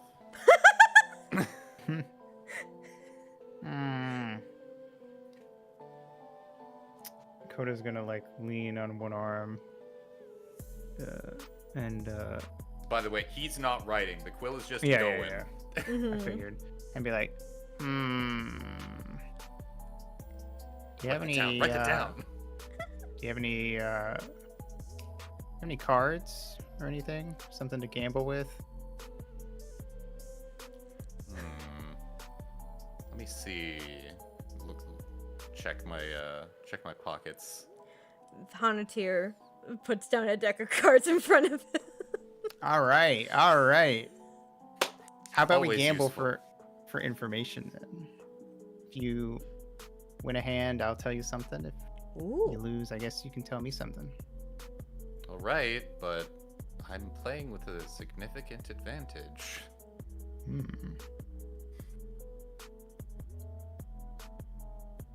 I'll take it. Well, So, far be it from me to deny clarification. anyone the desire to learn more. Clarification, what game of cards are you guys planning to play? Is it 2-player or 3-player? I was going to play just against Neffy. Got it, okay. Yeah, Got it. So he slides it over to you guys. thank you. All right. Okay, how do you want us to do this? Alright, so, it depends on what kind of game you're playing. Do you guys want to play, like, War? We're simple. We'll Or, play like, that, I Spite Malice, or... guess. Something easy. Yeah. War simple.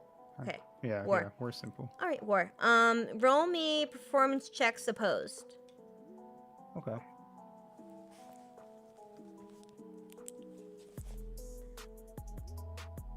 Okay, Coda wins. All right. So, the two of you, Yeah. you exiles? No. Okay, well, that's my question. You want to play again, or? Sure. All right. We can do it differently this time. Mm. Mostly because Coda has a massive advantage. Yeah. Let me see. What do we got? Is there anything you guys want to do to, like, up your advantage? Like, anything maybe sneaky?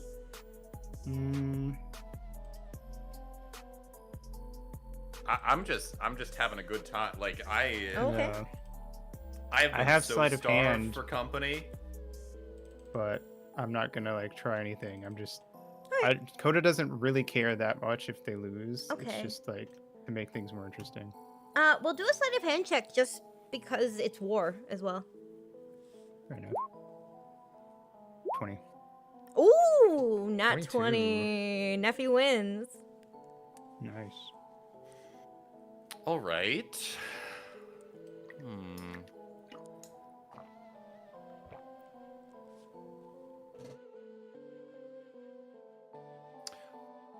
What's your plan from here? Well, I was gonna go make some money at the tabernacle, or maybe at the church, but you invited me along, so my plan's your plan for right now. So what? You just decided to give up on everything, waste away your life in a tiny backwater town in the middle of nowhere on an abandoned continent. Hey, I just like music. That's all I need. Fair enough. But the day was pretty fun. I don't know. Maybe Fun. maybe I've got a little bit of a. People wild streak in died. me. Yeah, and it was fun for Coda. You got a Went problem with there. that? A little bit. I thought it was exciting. Hanatier looks at both of you like you're fucking crazy. So, feel free to save this for next time I win. But that thing you did with the coin was pretty cool. Thank you. Think you could ever teach me? Maybe give me a show.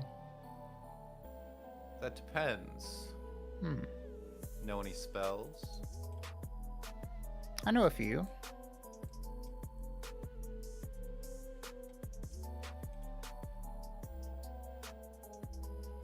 Do you guys want to play again?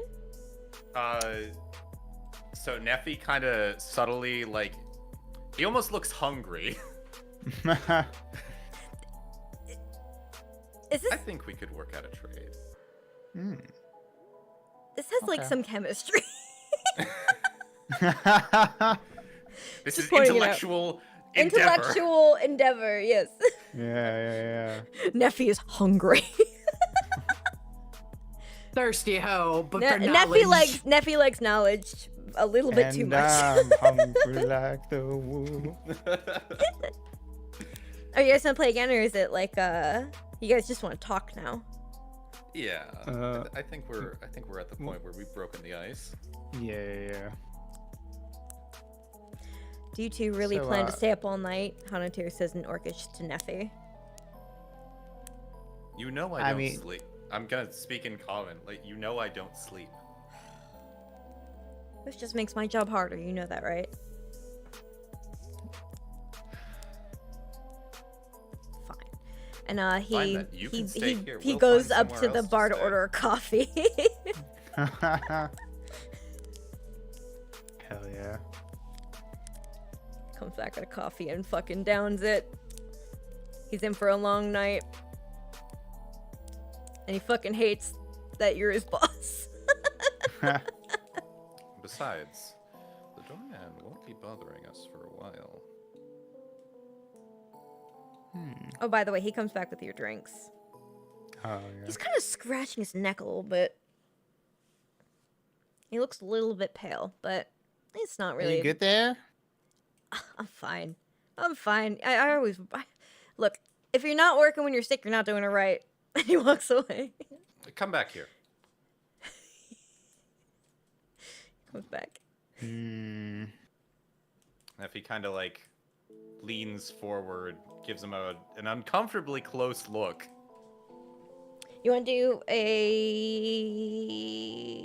insight check? I would also like to do an insight check. All right, go ahead. Actually, I want to do an investigation. Okay. What are you looking I for wanna specifically look- then? I want to look for similarities between him and what I can extrapolate the corpse looked like. Okay. Is there any motivation behind that for Neffy? Besides you thinking it's that Nemo? No. Coda has not put two and two together. Coda is just like, I don't want somebody sneezing into my Fair. fucking Okay. Yeah. moonshine. So How I'm about you just give me like, a wisdom saving throw for that, Nemo? And I'll let you roll Okay. investigation. I'm going on like the presumption Mhm. that this is clearly an infectious disease. Mm-hmm. Oh yeah, that's enough. That's fine. So yeah, you can make that connection absolutely, especially because Neffy's pretty smart. So 18 is definitely fine. But with a 12, I wouldn't say you find that much similarity.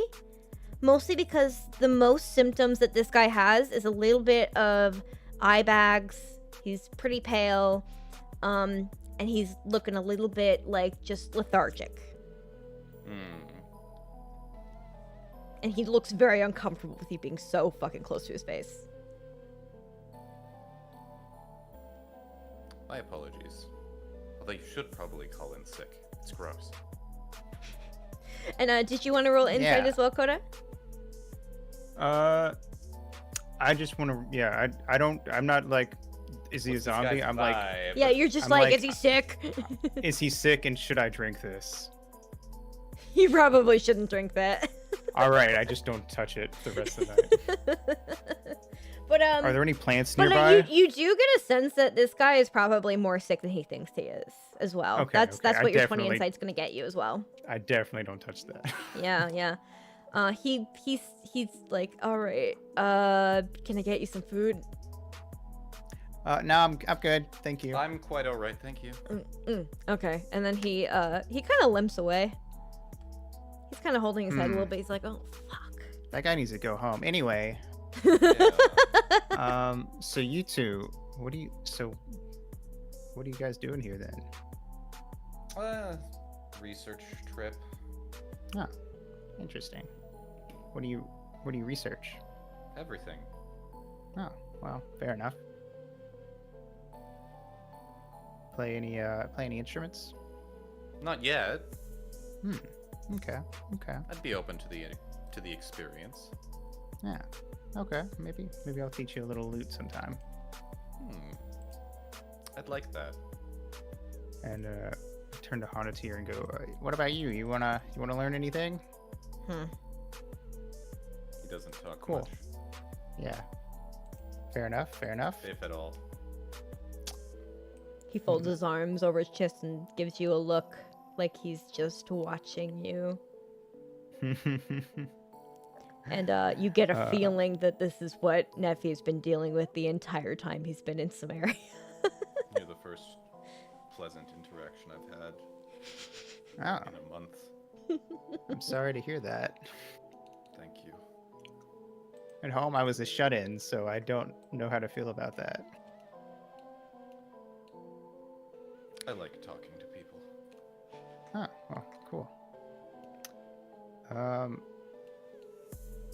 So, I guess my other question is, what made you want to, aside from my 6 skills, why bring me with you? Just to talk? Is that it? Yeah. You're new. You know what? Fair enough. Pretty much everybody else. Fair enough. And they're all terribly boring. Can you give me a... Oh, hang on. I need to check something on you. I need to check how likely you are to die. Basically, but not really. Extremely. Yeah. A fleck of dust lands on Neffy. Alright. They take 1d8 damage. All right. Never mind. It's all good. My allergies. Okay.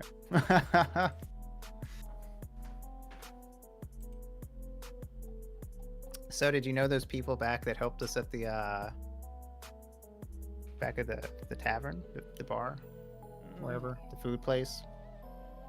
Vaguely. Seemed neat. Snake Woman is abrasive. Yeah. The other woman is good at fishing. Wait, didn't she like? I swear I saw her come out of the water without a single fish. Her boss is better at fishing. Okay, well, fair enough. My boss was not better at music. In fact, there were only two of us that even knew music. So, Really? yeah. Your homeland sounds quite repressive. Yeah, they didn't really like it when you experimented with the arts too much. So they kicked me out. Said I was a heretic. They burned some of my music. It was not a good time. I wouldn't tell the woman at the tabernacle that. She's pretty fanatical. Neffy, make me a dexterity saving throw with disadvantage. Okay. I let you guys go while I was rolling a bunch of dice. I saw you doing stuff on stream and I was like, I don't know if I like that.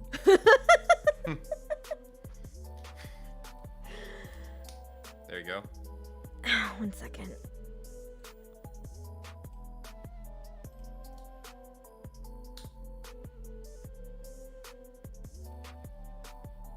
I'm gonna hope and fucking pray that...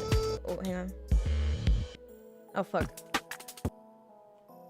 Oh, this one works.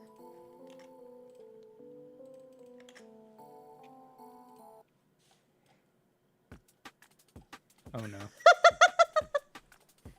Music change. Do you hear breakcore? Did somebody say breakcore? I love breakcore. Watch out! Neffy, you feel teeth sink into your neck. Uh-oh.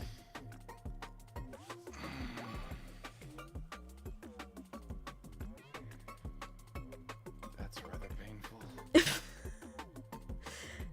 I'm so sorry, Hanatir rolled a 4 on perception. Useless. Hanatir is the worst. He's trying really hard, okay? I gave him fish. And this He's is how he trying repays so me. hard.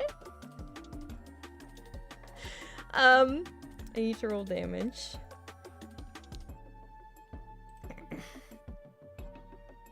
What fraction of health are you taking away from me? A 1d6 plus 1. Oh boy. That's a lot for a wizard. That's a lot for a very squishy wizard. Yeah. 7. Oof. For 7 damage. damage. All right. And quick initiative real quick, cause this is the guy. Mm-hmm. This is Wait, the shit. guy. I didn't do the thing. He's like right on top of you. It's alright if he didn't. I can just put it on. Okay. Is Oh, I it need- not I the need- bar guy? Like the guy who looked sick? It's a different one? It's a Or different is it- guy. There's more Where the guys. fuck did this guy come from? 2 big dudes. I rolled his sneak against your passive perception. He succeeded both times. Fuck. Oh my god. He's a wily one. I actually kind of expected you to notice him. I was like, there's no fucking way I'm gonna get away with this.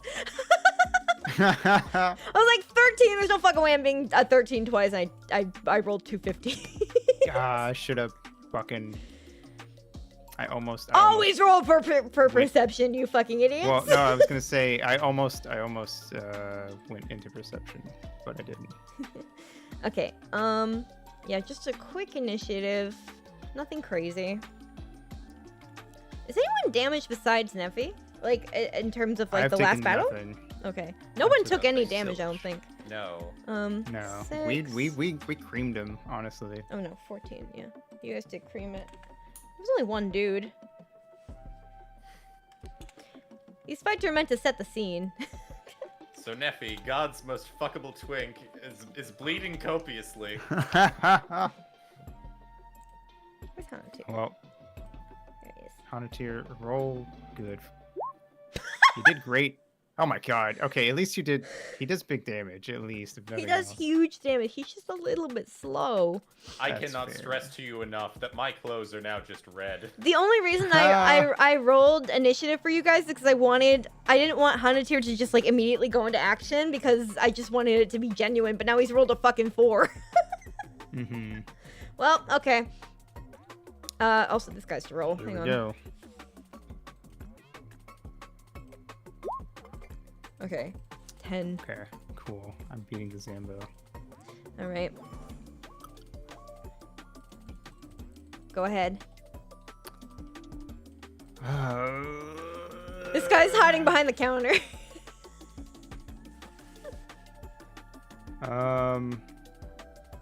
I'm going to.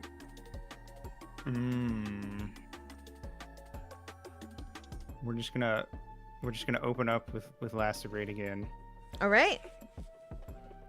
Here, let me put it What's back the in spell save for you. DC? 14 con.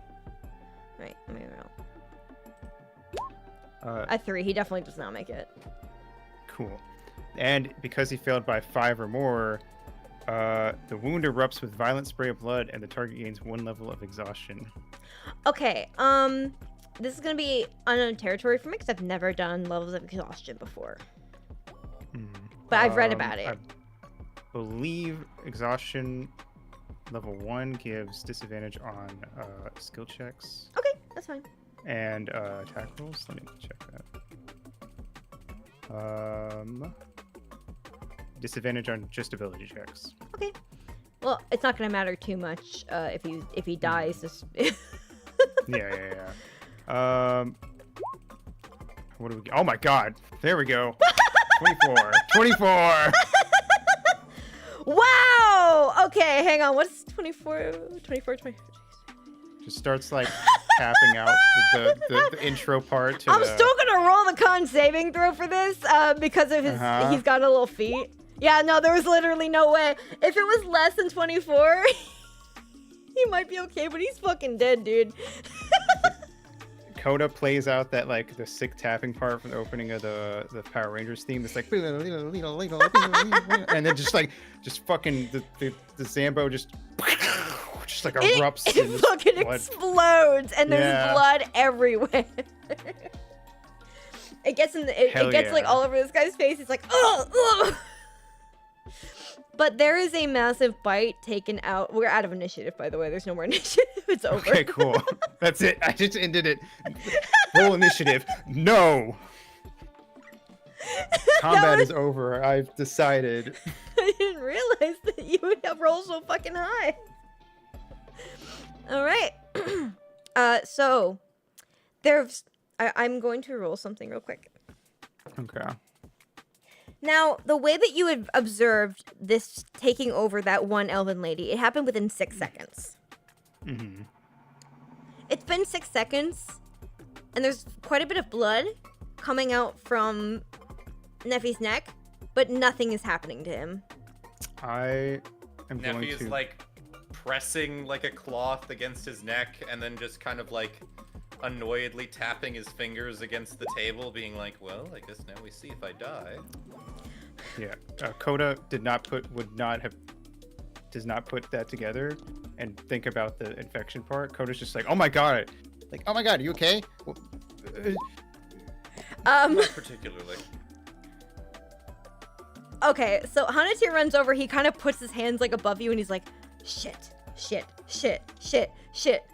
He doesn't have any healing. He's just meant to protect, he's not meant to heal. But he does say, I can get bandages or something. Are you okay? Did you really just ask that question? I don't know, we never get this far! Well, we've got this far. Coda Go has a lot of on. skin. Fine. And he goes to like the bag that you guys share and get some like bandages.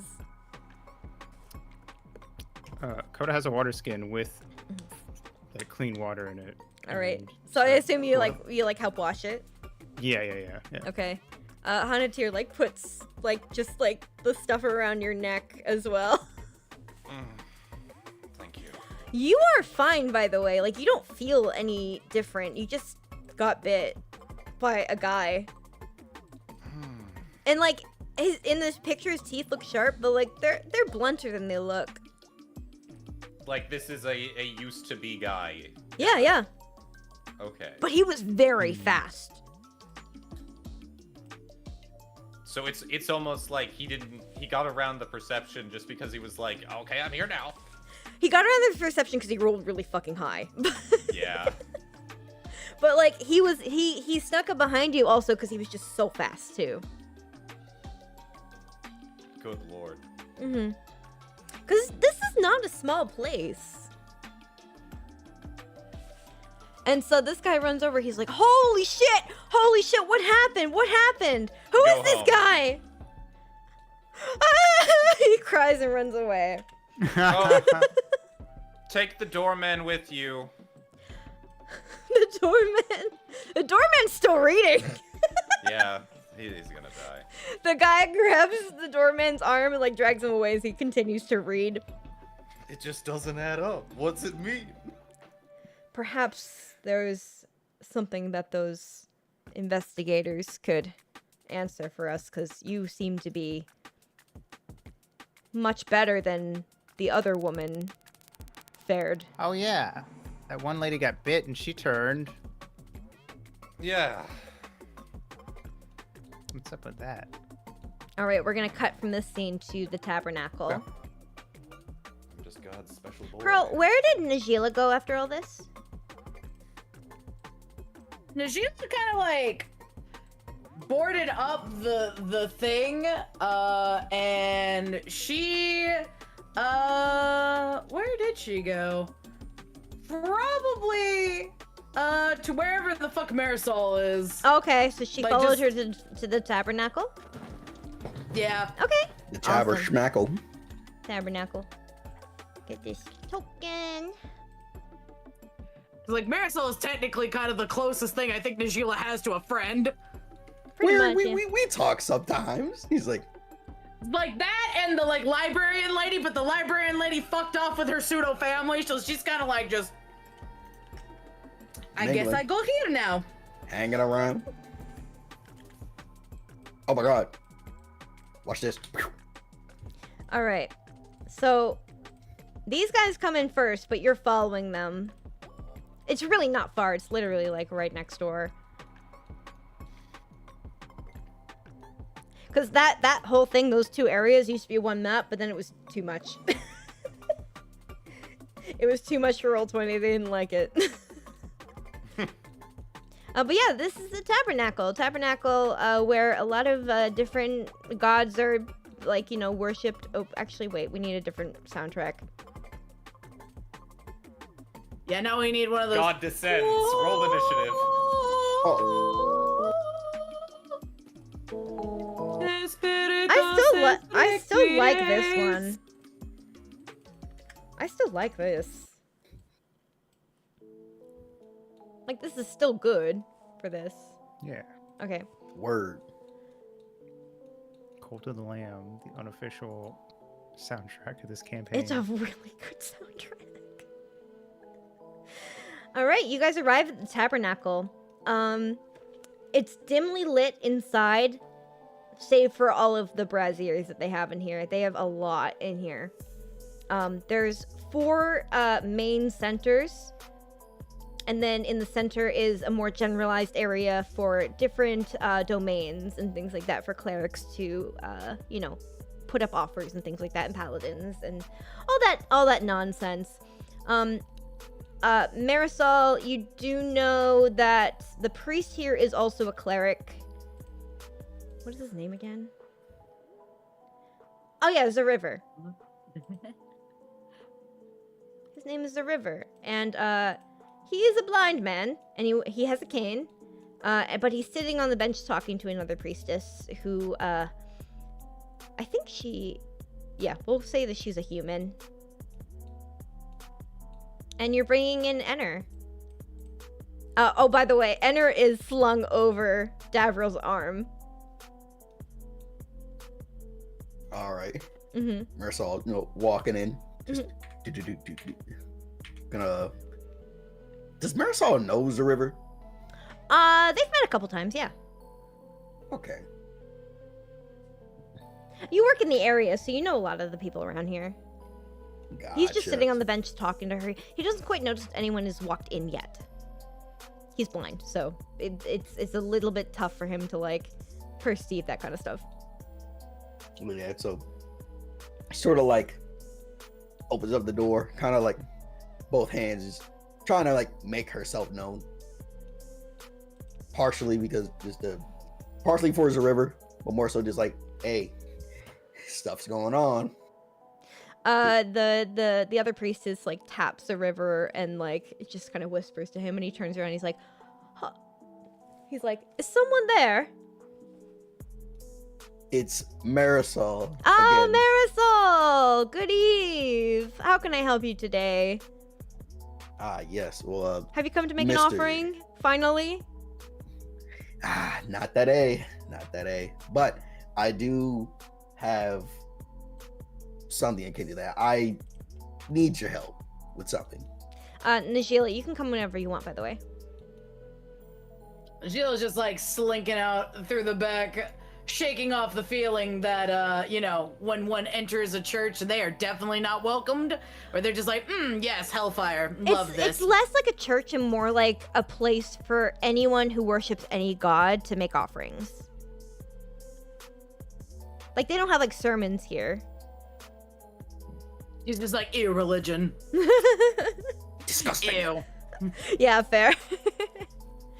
You do see a lot of people loitering about, just kind of like praying at their respective like god statues and stuff, and they're putting stuff in bowls and doing whatever they do. And the river comes down. And he's like, "What's the situation? Can you explain?" Well, a lot's happened in the past 5 minutes. Aito! Aito said his internet just No! went out. It's all right. got He's not in the throttled. scene anyway. But she kind of. He'll be back. So my friend, my boss, and her, she's feeling pretty sick, and not the usual kind, the kind where you could just throw it up and take some rest. You're looking mighty pale. I see. I was a little bit distracted by Aito. Oh, there you are. Okay. We got him back. We got him back. We got them back. All right. Mighty pale, you say. And he walks down, and Davril goes to put Enner on the bench over there. And he doesn't look at him because he can't, but he does feel his forehead.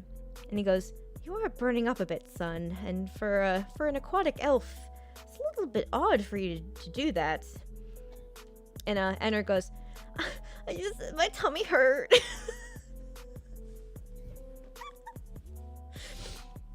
Tummy hurt. And he's like, I think his tummy just hurts. It doesn't seem like anything too bad, but he might have a fever. Did he ingest anything untoward lately? Marisol, well, there was that matter of... Didn't you say you dove back in the water for another round? I dove to go get more fish, because you didn't catch any fish, and I took all the fish from your side, and I felt really bad, so I went to go get more. Did anything, like, nip you? No. I swallowed a little bit of water, but it's normal, you know? I have gills, I need to breathe underwater. Oh no, it's a scary lady. Oh. Leave over. Oh, Scary lady? Is that the young lady from the restaurant? He only knows that because someone said scary lady, and he knows you as a scary lady.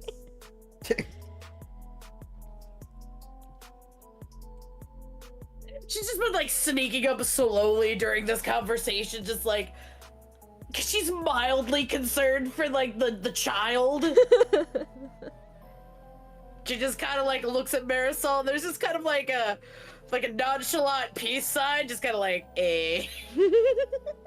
Marisol throws one back up. Eh. Let me get this sheet for this guy. Well, we had and try to like throw up whatever like was in his stomach. He's still feeling sick. Well, we could just keep him overnight to analyze him and make sure that everything will be okay in the morning, but unfortunately, I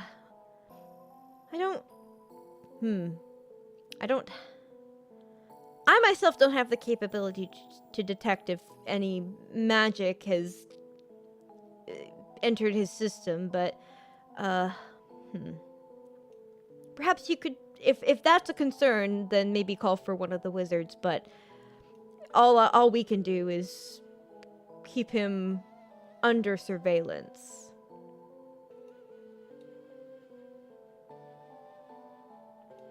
Marisol's gonna need to... This is just me personally, but I'm gonna have Marisol make an intelligence save real quick. Okay.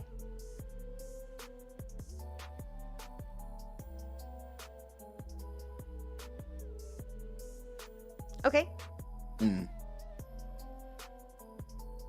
She's sort of like mulling an idea in her head, like her pursing her lips, and kind of just taps River like, also there is a different matter that I feel like you should be aware of. What matter? So not too long ago, there was, I don't know, some guy just came out of nowhere and just bit the Tiger Queen. The lovely young elf with the trinkets at the shack. Yes, the very same. Oh, is she all right? Well, She's dead. She's dead? Shut damn! Don't, you ain't gotta say. You gotta shout. Everyone looks over. What? It's more efficient. Oh goodness, she was such a kind soul. She always came to worship at the Statue of Peace. Yeah, well now she's resting in peace. Oh goodness. Ouch. Homicide. Oh goodness. How did that happen? How could a simple bite kill a woman, especially an elf? Well, the thing that bit her tore a chunk of her neck out. The thing. Describe this thing for me. Only what I could presume to be leads in an undead. Undead. That's unusual. Yeah, the guy got cleaved. He got cleaved in twain by an axe and still like moved. All right. Well, whatever happened before, our most pressing issue is this young man. Young man, I will go ahead and try to do a little bit of healing on you. And he casts some cure wounds on Enner. And Enner doesn't look any better. And he turns around and he says, well, I've done all I can. All he can do is rest now. Are you saying that there may be a connection between what happened to the poor woman and this young man? Well, from what I've seen it spread via bite, so some sort of infection. I'm not sure what happened from the time that Anna was in the water to the time that both creatures fell to, their fates. I see. Are there any bite marks on him? And he starts to feel on his appendages to see if there's any bite marks. Can Najila kind of do an investigation also for a similar thing? Yeah, absolutely. Shout out to Najila. 22. There are no open wounds on him that you can see at all.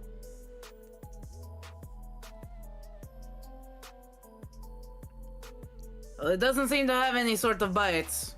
I'm not feeling anything either. Then perhaps you should just rest. We do have beds in the back that you can take a load off on, young man. Surely he can miss a day of work just to rest. And the cleric or the priestess comes over here and she kind of takes his hand and leads him around. And then Enner's like, don't let them take me. I want to work. I'm sorry. I don't want to be useless.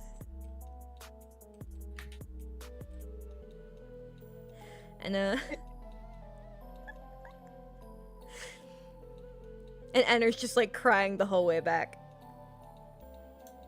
What have you done to that poor boy? Why does it always come back to me? No, not you, him. She's motions over to the other one. Davril puts his hands up and he's like, he's much older and stronger than he looks. He's just not feeling well, okay? It looks like a small child. It talks like a small child. It whines like a small child. It's a child. All right, hang on.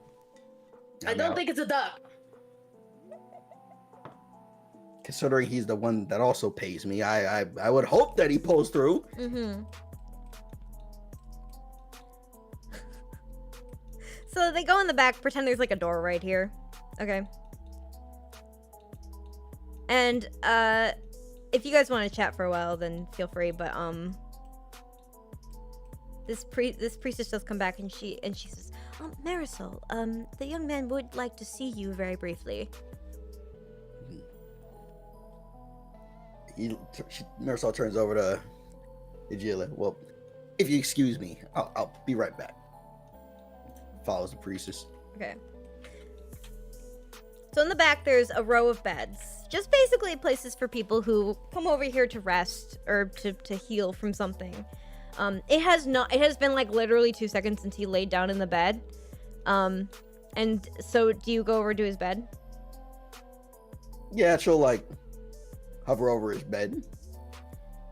He kind of reaches for her and he goes, I'm really sorry about the fish. Listen, don't worry about the fish. The fish can't wait. Matter of fact, there's more fish.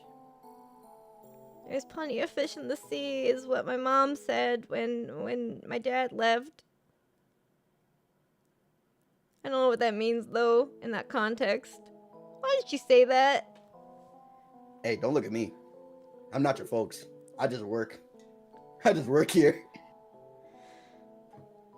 I don't feel good at all. I don't think I'm gonna get better. Can you do something for me? Can you just I'm not come your here? nanny, but Can you come here? he sighs. He's like, yeah. Can you come here? Make me a He's like, dexterity saving throw.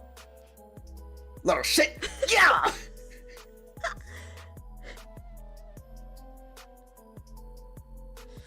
Shit! Hang on. I'm gonna roll for this fucking child. Man, just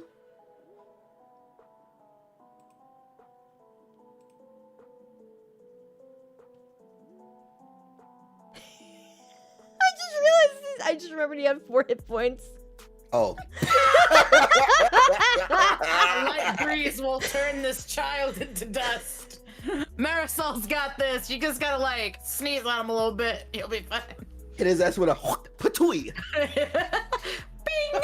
He's the spittoon. He's a kid now. He's a squid now. What did he roll? He didn't roll right. He missed. Oh, you know what Marisol? Okay, tell me how this happens. I'll tell you what Marisol does. He's still conscious, but he didn't look like that he did that on purpose. And he doesn't look like he knew he did it. All right. Well, I should have. She sort of like recoils and just like, ugh. He's like, first instinct, punch. He's like, ugh. She just. All right, but kind of like. Roll! Oh, okay. Roll! Your Marisol blood, his literally- blood is on your hands! Marisol being like, my hands ready to eat for everyone. Oh, there. No matter what, non-lethal. Surrender. It's. Feel scared Or Frigton? never forget. Someone redeemed an always remember happy day. Feel happy. Days dark, always remember happy day. Okay. This young man's life hangs in the fucking balance of one roll right here. What's 7 plus 5? 12. He needs to beat a 12. Oh, okay. Where the fuck is he? Okay. Rage. He did it! All right, man. Hey, listen. He lived! Like I said, I leave it up to the dice gods. Whatever happens, happens. The power hands. His cheek gets sunken in as you punch him in the face. And he starts know what, like, bleeding you see from what- he starts bleeding from the only eye he has left. Oh, I'm sorry, I didn't mean to. Oh, she's like reaching over, like priest, like, oh. Wow. I ain't mean to do that. Yo, shut up. Roll, you fucker. Oh, no. No, it's like, when you see like a bug on like the wall, like out of the corner of your eye, it's like, ugh. You either like fight or flight. She just like smack, just. All right, roll. Oh. No, I'm not. It was just a one quick. No, but my motherfucker, he had 1 hit point. I'm not lethal damage. Fine, okay. Non-lethal, fine. Yeah, I You do cave have to his head roll in though with for non-lethal as well. non-lethal. Oh, okay. Do I need to roll another attack? Just roll the attack, but we'll just say it's non-lethal. Oh, okay. You're knocking him out. You're knocking him out. Go to sleep. Go to sleep. Go to sleep, motherfucker. He passes out. She had to double tap it for the He one. passes out. The cleric runs. And the fucking priestess runs in. She's like, "What happened?" The motherfucker tried to bite me. First off, don't not be alarmed. This doesn't normally happen. You have any like ropes, something to bind them with? Again, anything. Oh my god, that key's gonna dock my pay. Oh, I don't think I'm gonna have a job after this. She No. runs out of the room and she goes, "That woman doesn't matter. She punched him to death. He's not dead. It was in self-defense. What Woman, do you mean? Wait, what do you mean? And then Davro runs in, Oh my god. Davro, listen, it's not what it looked like. and so does the fucking priest. And they all like stare at what you've done. Hey, so like hold their hands like, hey, he tried to outbite me. Najila, what are you doing? Najila's on her way. She's like, what the fuck? The fuck is going on? All you Shit. motherfuckers see is a very, very bloody, dead-looking boy. I punched him twice. I mean, You killed him? For what? He's- He was sick. he was not. He tried to outbite me. Did you not hear what I just explained to you not 10 seconds ago? Roll a persuasion. Huh? Roll persuasion. Roll persuasion. He doesn't fucking believe you. What do you expect? The motherfucker tried to bite me. I gave him the 1-2 buck on my shoe. What would you do if you saw a young child try to bite your hand? Hang on. Reenactment. Did you like sneak around to try and investigate the boy without like since everybody else is like Oh yeah, no, they're very, heavily like- distracted by the fact that this man is about to punch him. Well, no, he's gonna What probably. do I do? He's gonna I'm use the his fan of hammer. us. Does a 17 hit you? It does. All right. Hits you for 7 bludgeoning damage right in the head. Oh yeah, Najila just, Najila, you're like- fine to sneak around him. She's just like a fucking ghost over here. She's Meanwhile, like, you know what? meanwhile, like the fucking the river is like freaking out. He's like, oh, I don't understand. I don't understand. You brought him here, and then you killed him. Why does nobody believe me? He's not dead. He has a pulse. You don't believe me? How about you go check? Also, damn, my fucking head. She kind of like feels her like there's like a damp spot. Like her skull. Like, oh, damn. This entire time, like Najila's been like that they're like arguing with fucking like Marisol. She's like she is ignoring Marisol entirely and is like going to go look at this boy and like checking the pulse and everything and like investigation. He has a pulse. He's knocked out. His teeth are quite a like his molars mostly are quite a bit sharper. It's like the back teeth, especially. Can she have enough time to just kind of like use some of the rope that she just kind of like has? Oh, 100%. Yeah, she can tie and him just up. kind of like she's gonna just go ahead and like tie him up real quick.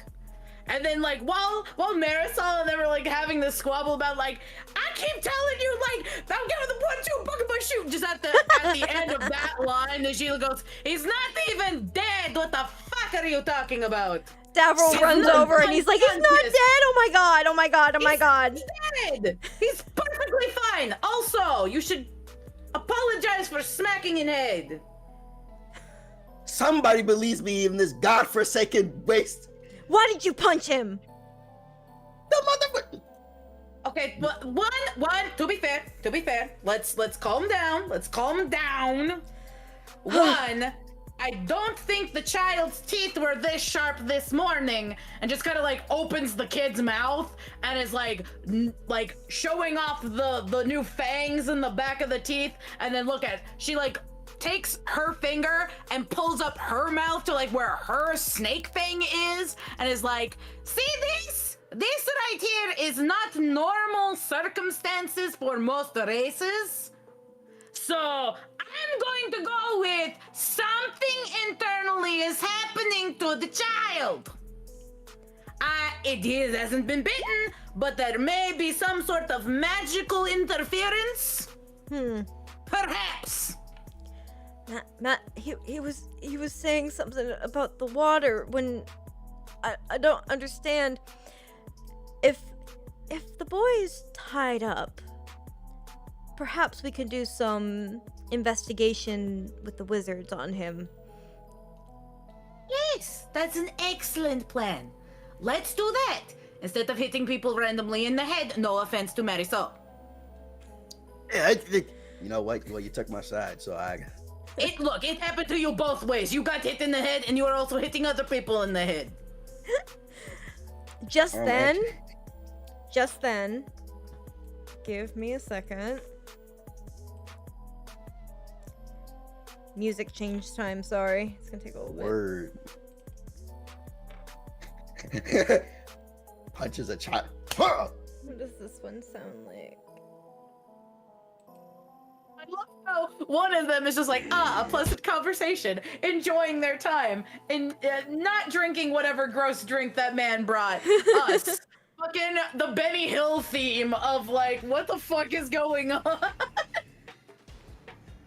So everyone like looks toward the doors of the tabernacle because there's a massive amount of screams outside.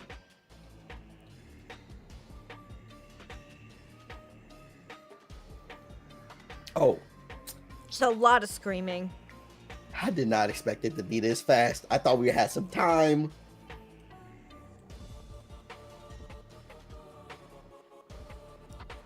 What are you guys doing? Is there like an upper level of the tabernacle or whatever? Nope. Nope, like Just this this back is room and like the other stuff. Do they have large enough windows that we would maybe be able to see something into the outside? Oh, absolutely. If you go to the front, yeah. Najila's gonna go ahead and kind of like dash, which allows her to like double her distance to go see how far everything's going on. Let's see. I should be able to get 60 feet from where I was. So, Hot diggity dog. She right. Guys, don't look at stream. Here. Here. Oops, that's a lot. Hang what on. does Najila see that she went to the front and there's like a big old thingamabob? Give me a damn second, okay? Hang on. Oops. All right, I don't know how long a damn second is, but I can give you a regular one. I just have to copy a bunch of shit. Hang on.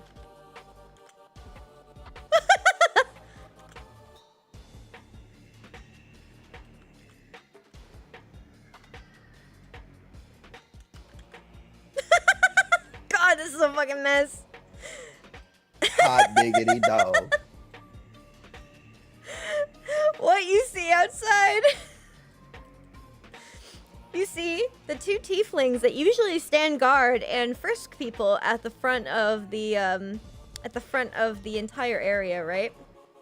They typically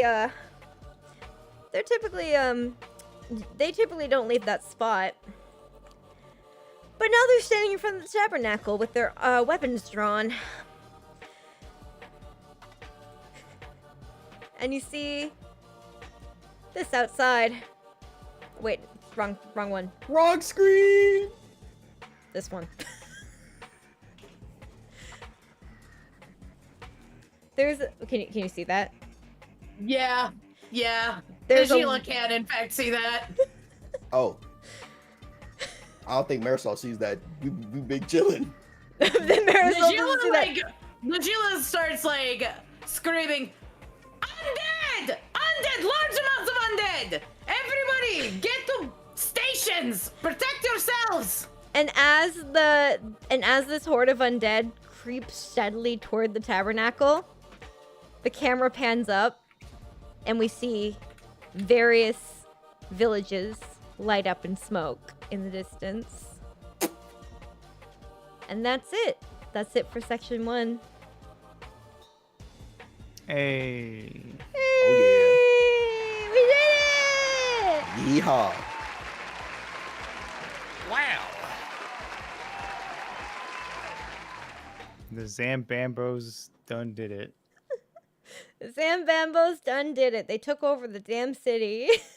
Man, hot diggity dog. Hang on, let me find some calming music. Like this one. I don't know how much my stream's gonna like Kirby music, but fuck it. Everybody likes Kirby music.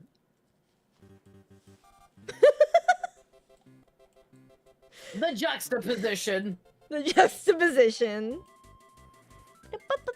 Thank you guys for playing! Thank you for DMing. Oh, oh my god. I really hope that you enjoyed it. I know it lasted a lot longer than I thought the first session would. That's fine. I like the fact that we're boned. So, That's so any fucked. feedback? What did you guys think? No, not really. It's good. I don't. Good session. Yeah. This was. I have I'm not anxiety, into this Poyo. It's okay. We all have anxiety. Yeah. Okay. Well, I hope you guys enjoyed that. Obviously the first I session is did. gonna be the roughest, for me because like I'm still getting used to like how you guys play and stuff. But I had so much fun, and I know it ran a bit long. But yeah. I don't know if I don't know if we're doing weekly or bi-weekly yet, but we'll discuss it off stream and stuff. Okay. We'll keep the rest of you to be known. Hell yeah. Yeah. Thank you guys for tuning in. I think that I'm so freaking tired, so I think now's a good time to just like raid and just dip. Hell yeah. Yeah. All right, how are you guys feeling? Doing pretty good. Pretty good. I feel like I want to gush about the session after the session. Yeah, let's Me do it. too. Then why are we gushing? We're gonna do it in private to your face so we don't embarrass you in Yeah. front of everybody in TV land. Okay. Also, Yeah. we're What's gonna up? let you in stream. Yeah, hang on. I don't know who to raid. Do you guys have any suggestions? There's not a lot of people I know that are on. It is about that time, isn't it? Yeah. I mean, There's Fua. We could raid Fua. Fua is sleeping, but I wouldn't mind it. No. It would be like a nice chill raid that we don't have to stick around for. Yeah, let's Stick raid around. Fua. Word. The Fua's sleeping, but they're playing they're playing that word game over there. So if you want to go play that word game, that's a good idea. All right, thank you guys for coming. I hope you enjoyed. I know it was I know it's very late. It's so late. Oh my god. But Late night with the late night Just Friends gang. late night with the late night Just Friends gang. I'm not Just Friends, but yeah. You know what? You're just friends adjacent. I'm You are I'm very adjacent. member. Yeah. I'm I friends with believe most of the that. Just Friends. Or at least becoming friends with most of the Just Friends. You my wife. It's fine. You could be my +1. Thank you. SO Pearl. You are invited SO to the cookout. Director Nemo. No! Wait, Just Friends have a cookout now? Yeah, it's what happens when I show up to the kitchen. The So- I am also. I too be in the kitchen. Please give them lots and lots of You do be lots and lots cooking. and lots of attention and love. Okay, you guys did amazing tonight. Thank you guys for being awesome D&D players. Guys, I have a Twitter. Go follow my Twitter Go follow her Twitter. Go do it and now. Discord. Go do that shit. Okay. Oh no. All right. Bye. I'm so tired. Next sessions, Bye, every Amara. session after this is gonna be like 3 hours max. Okay. Okay. All right. Bye. Nice.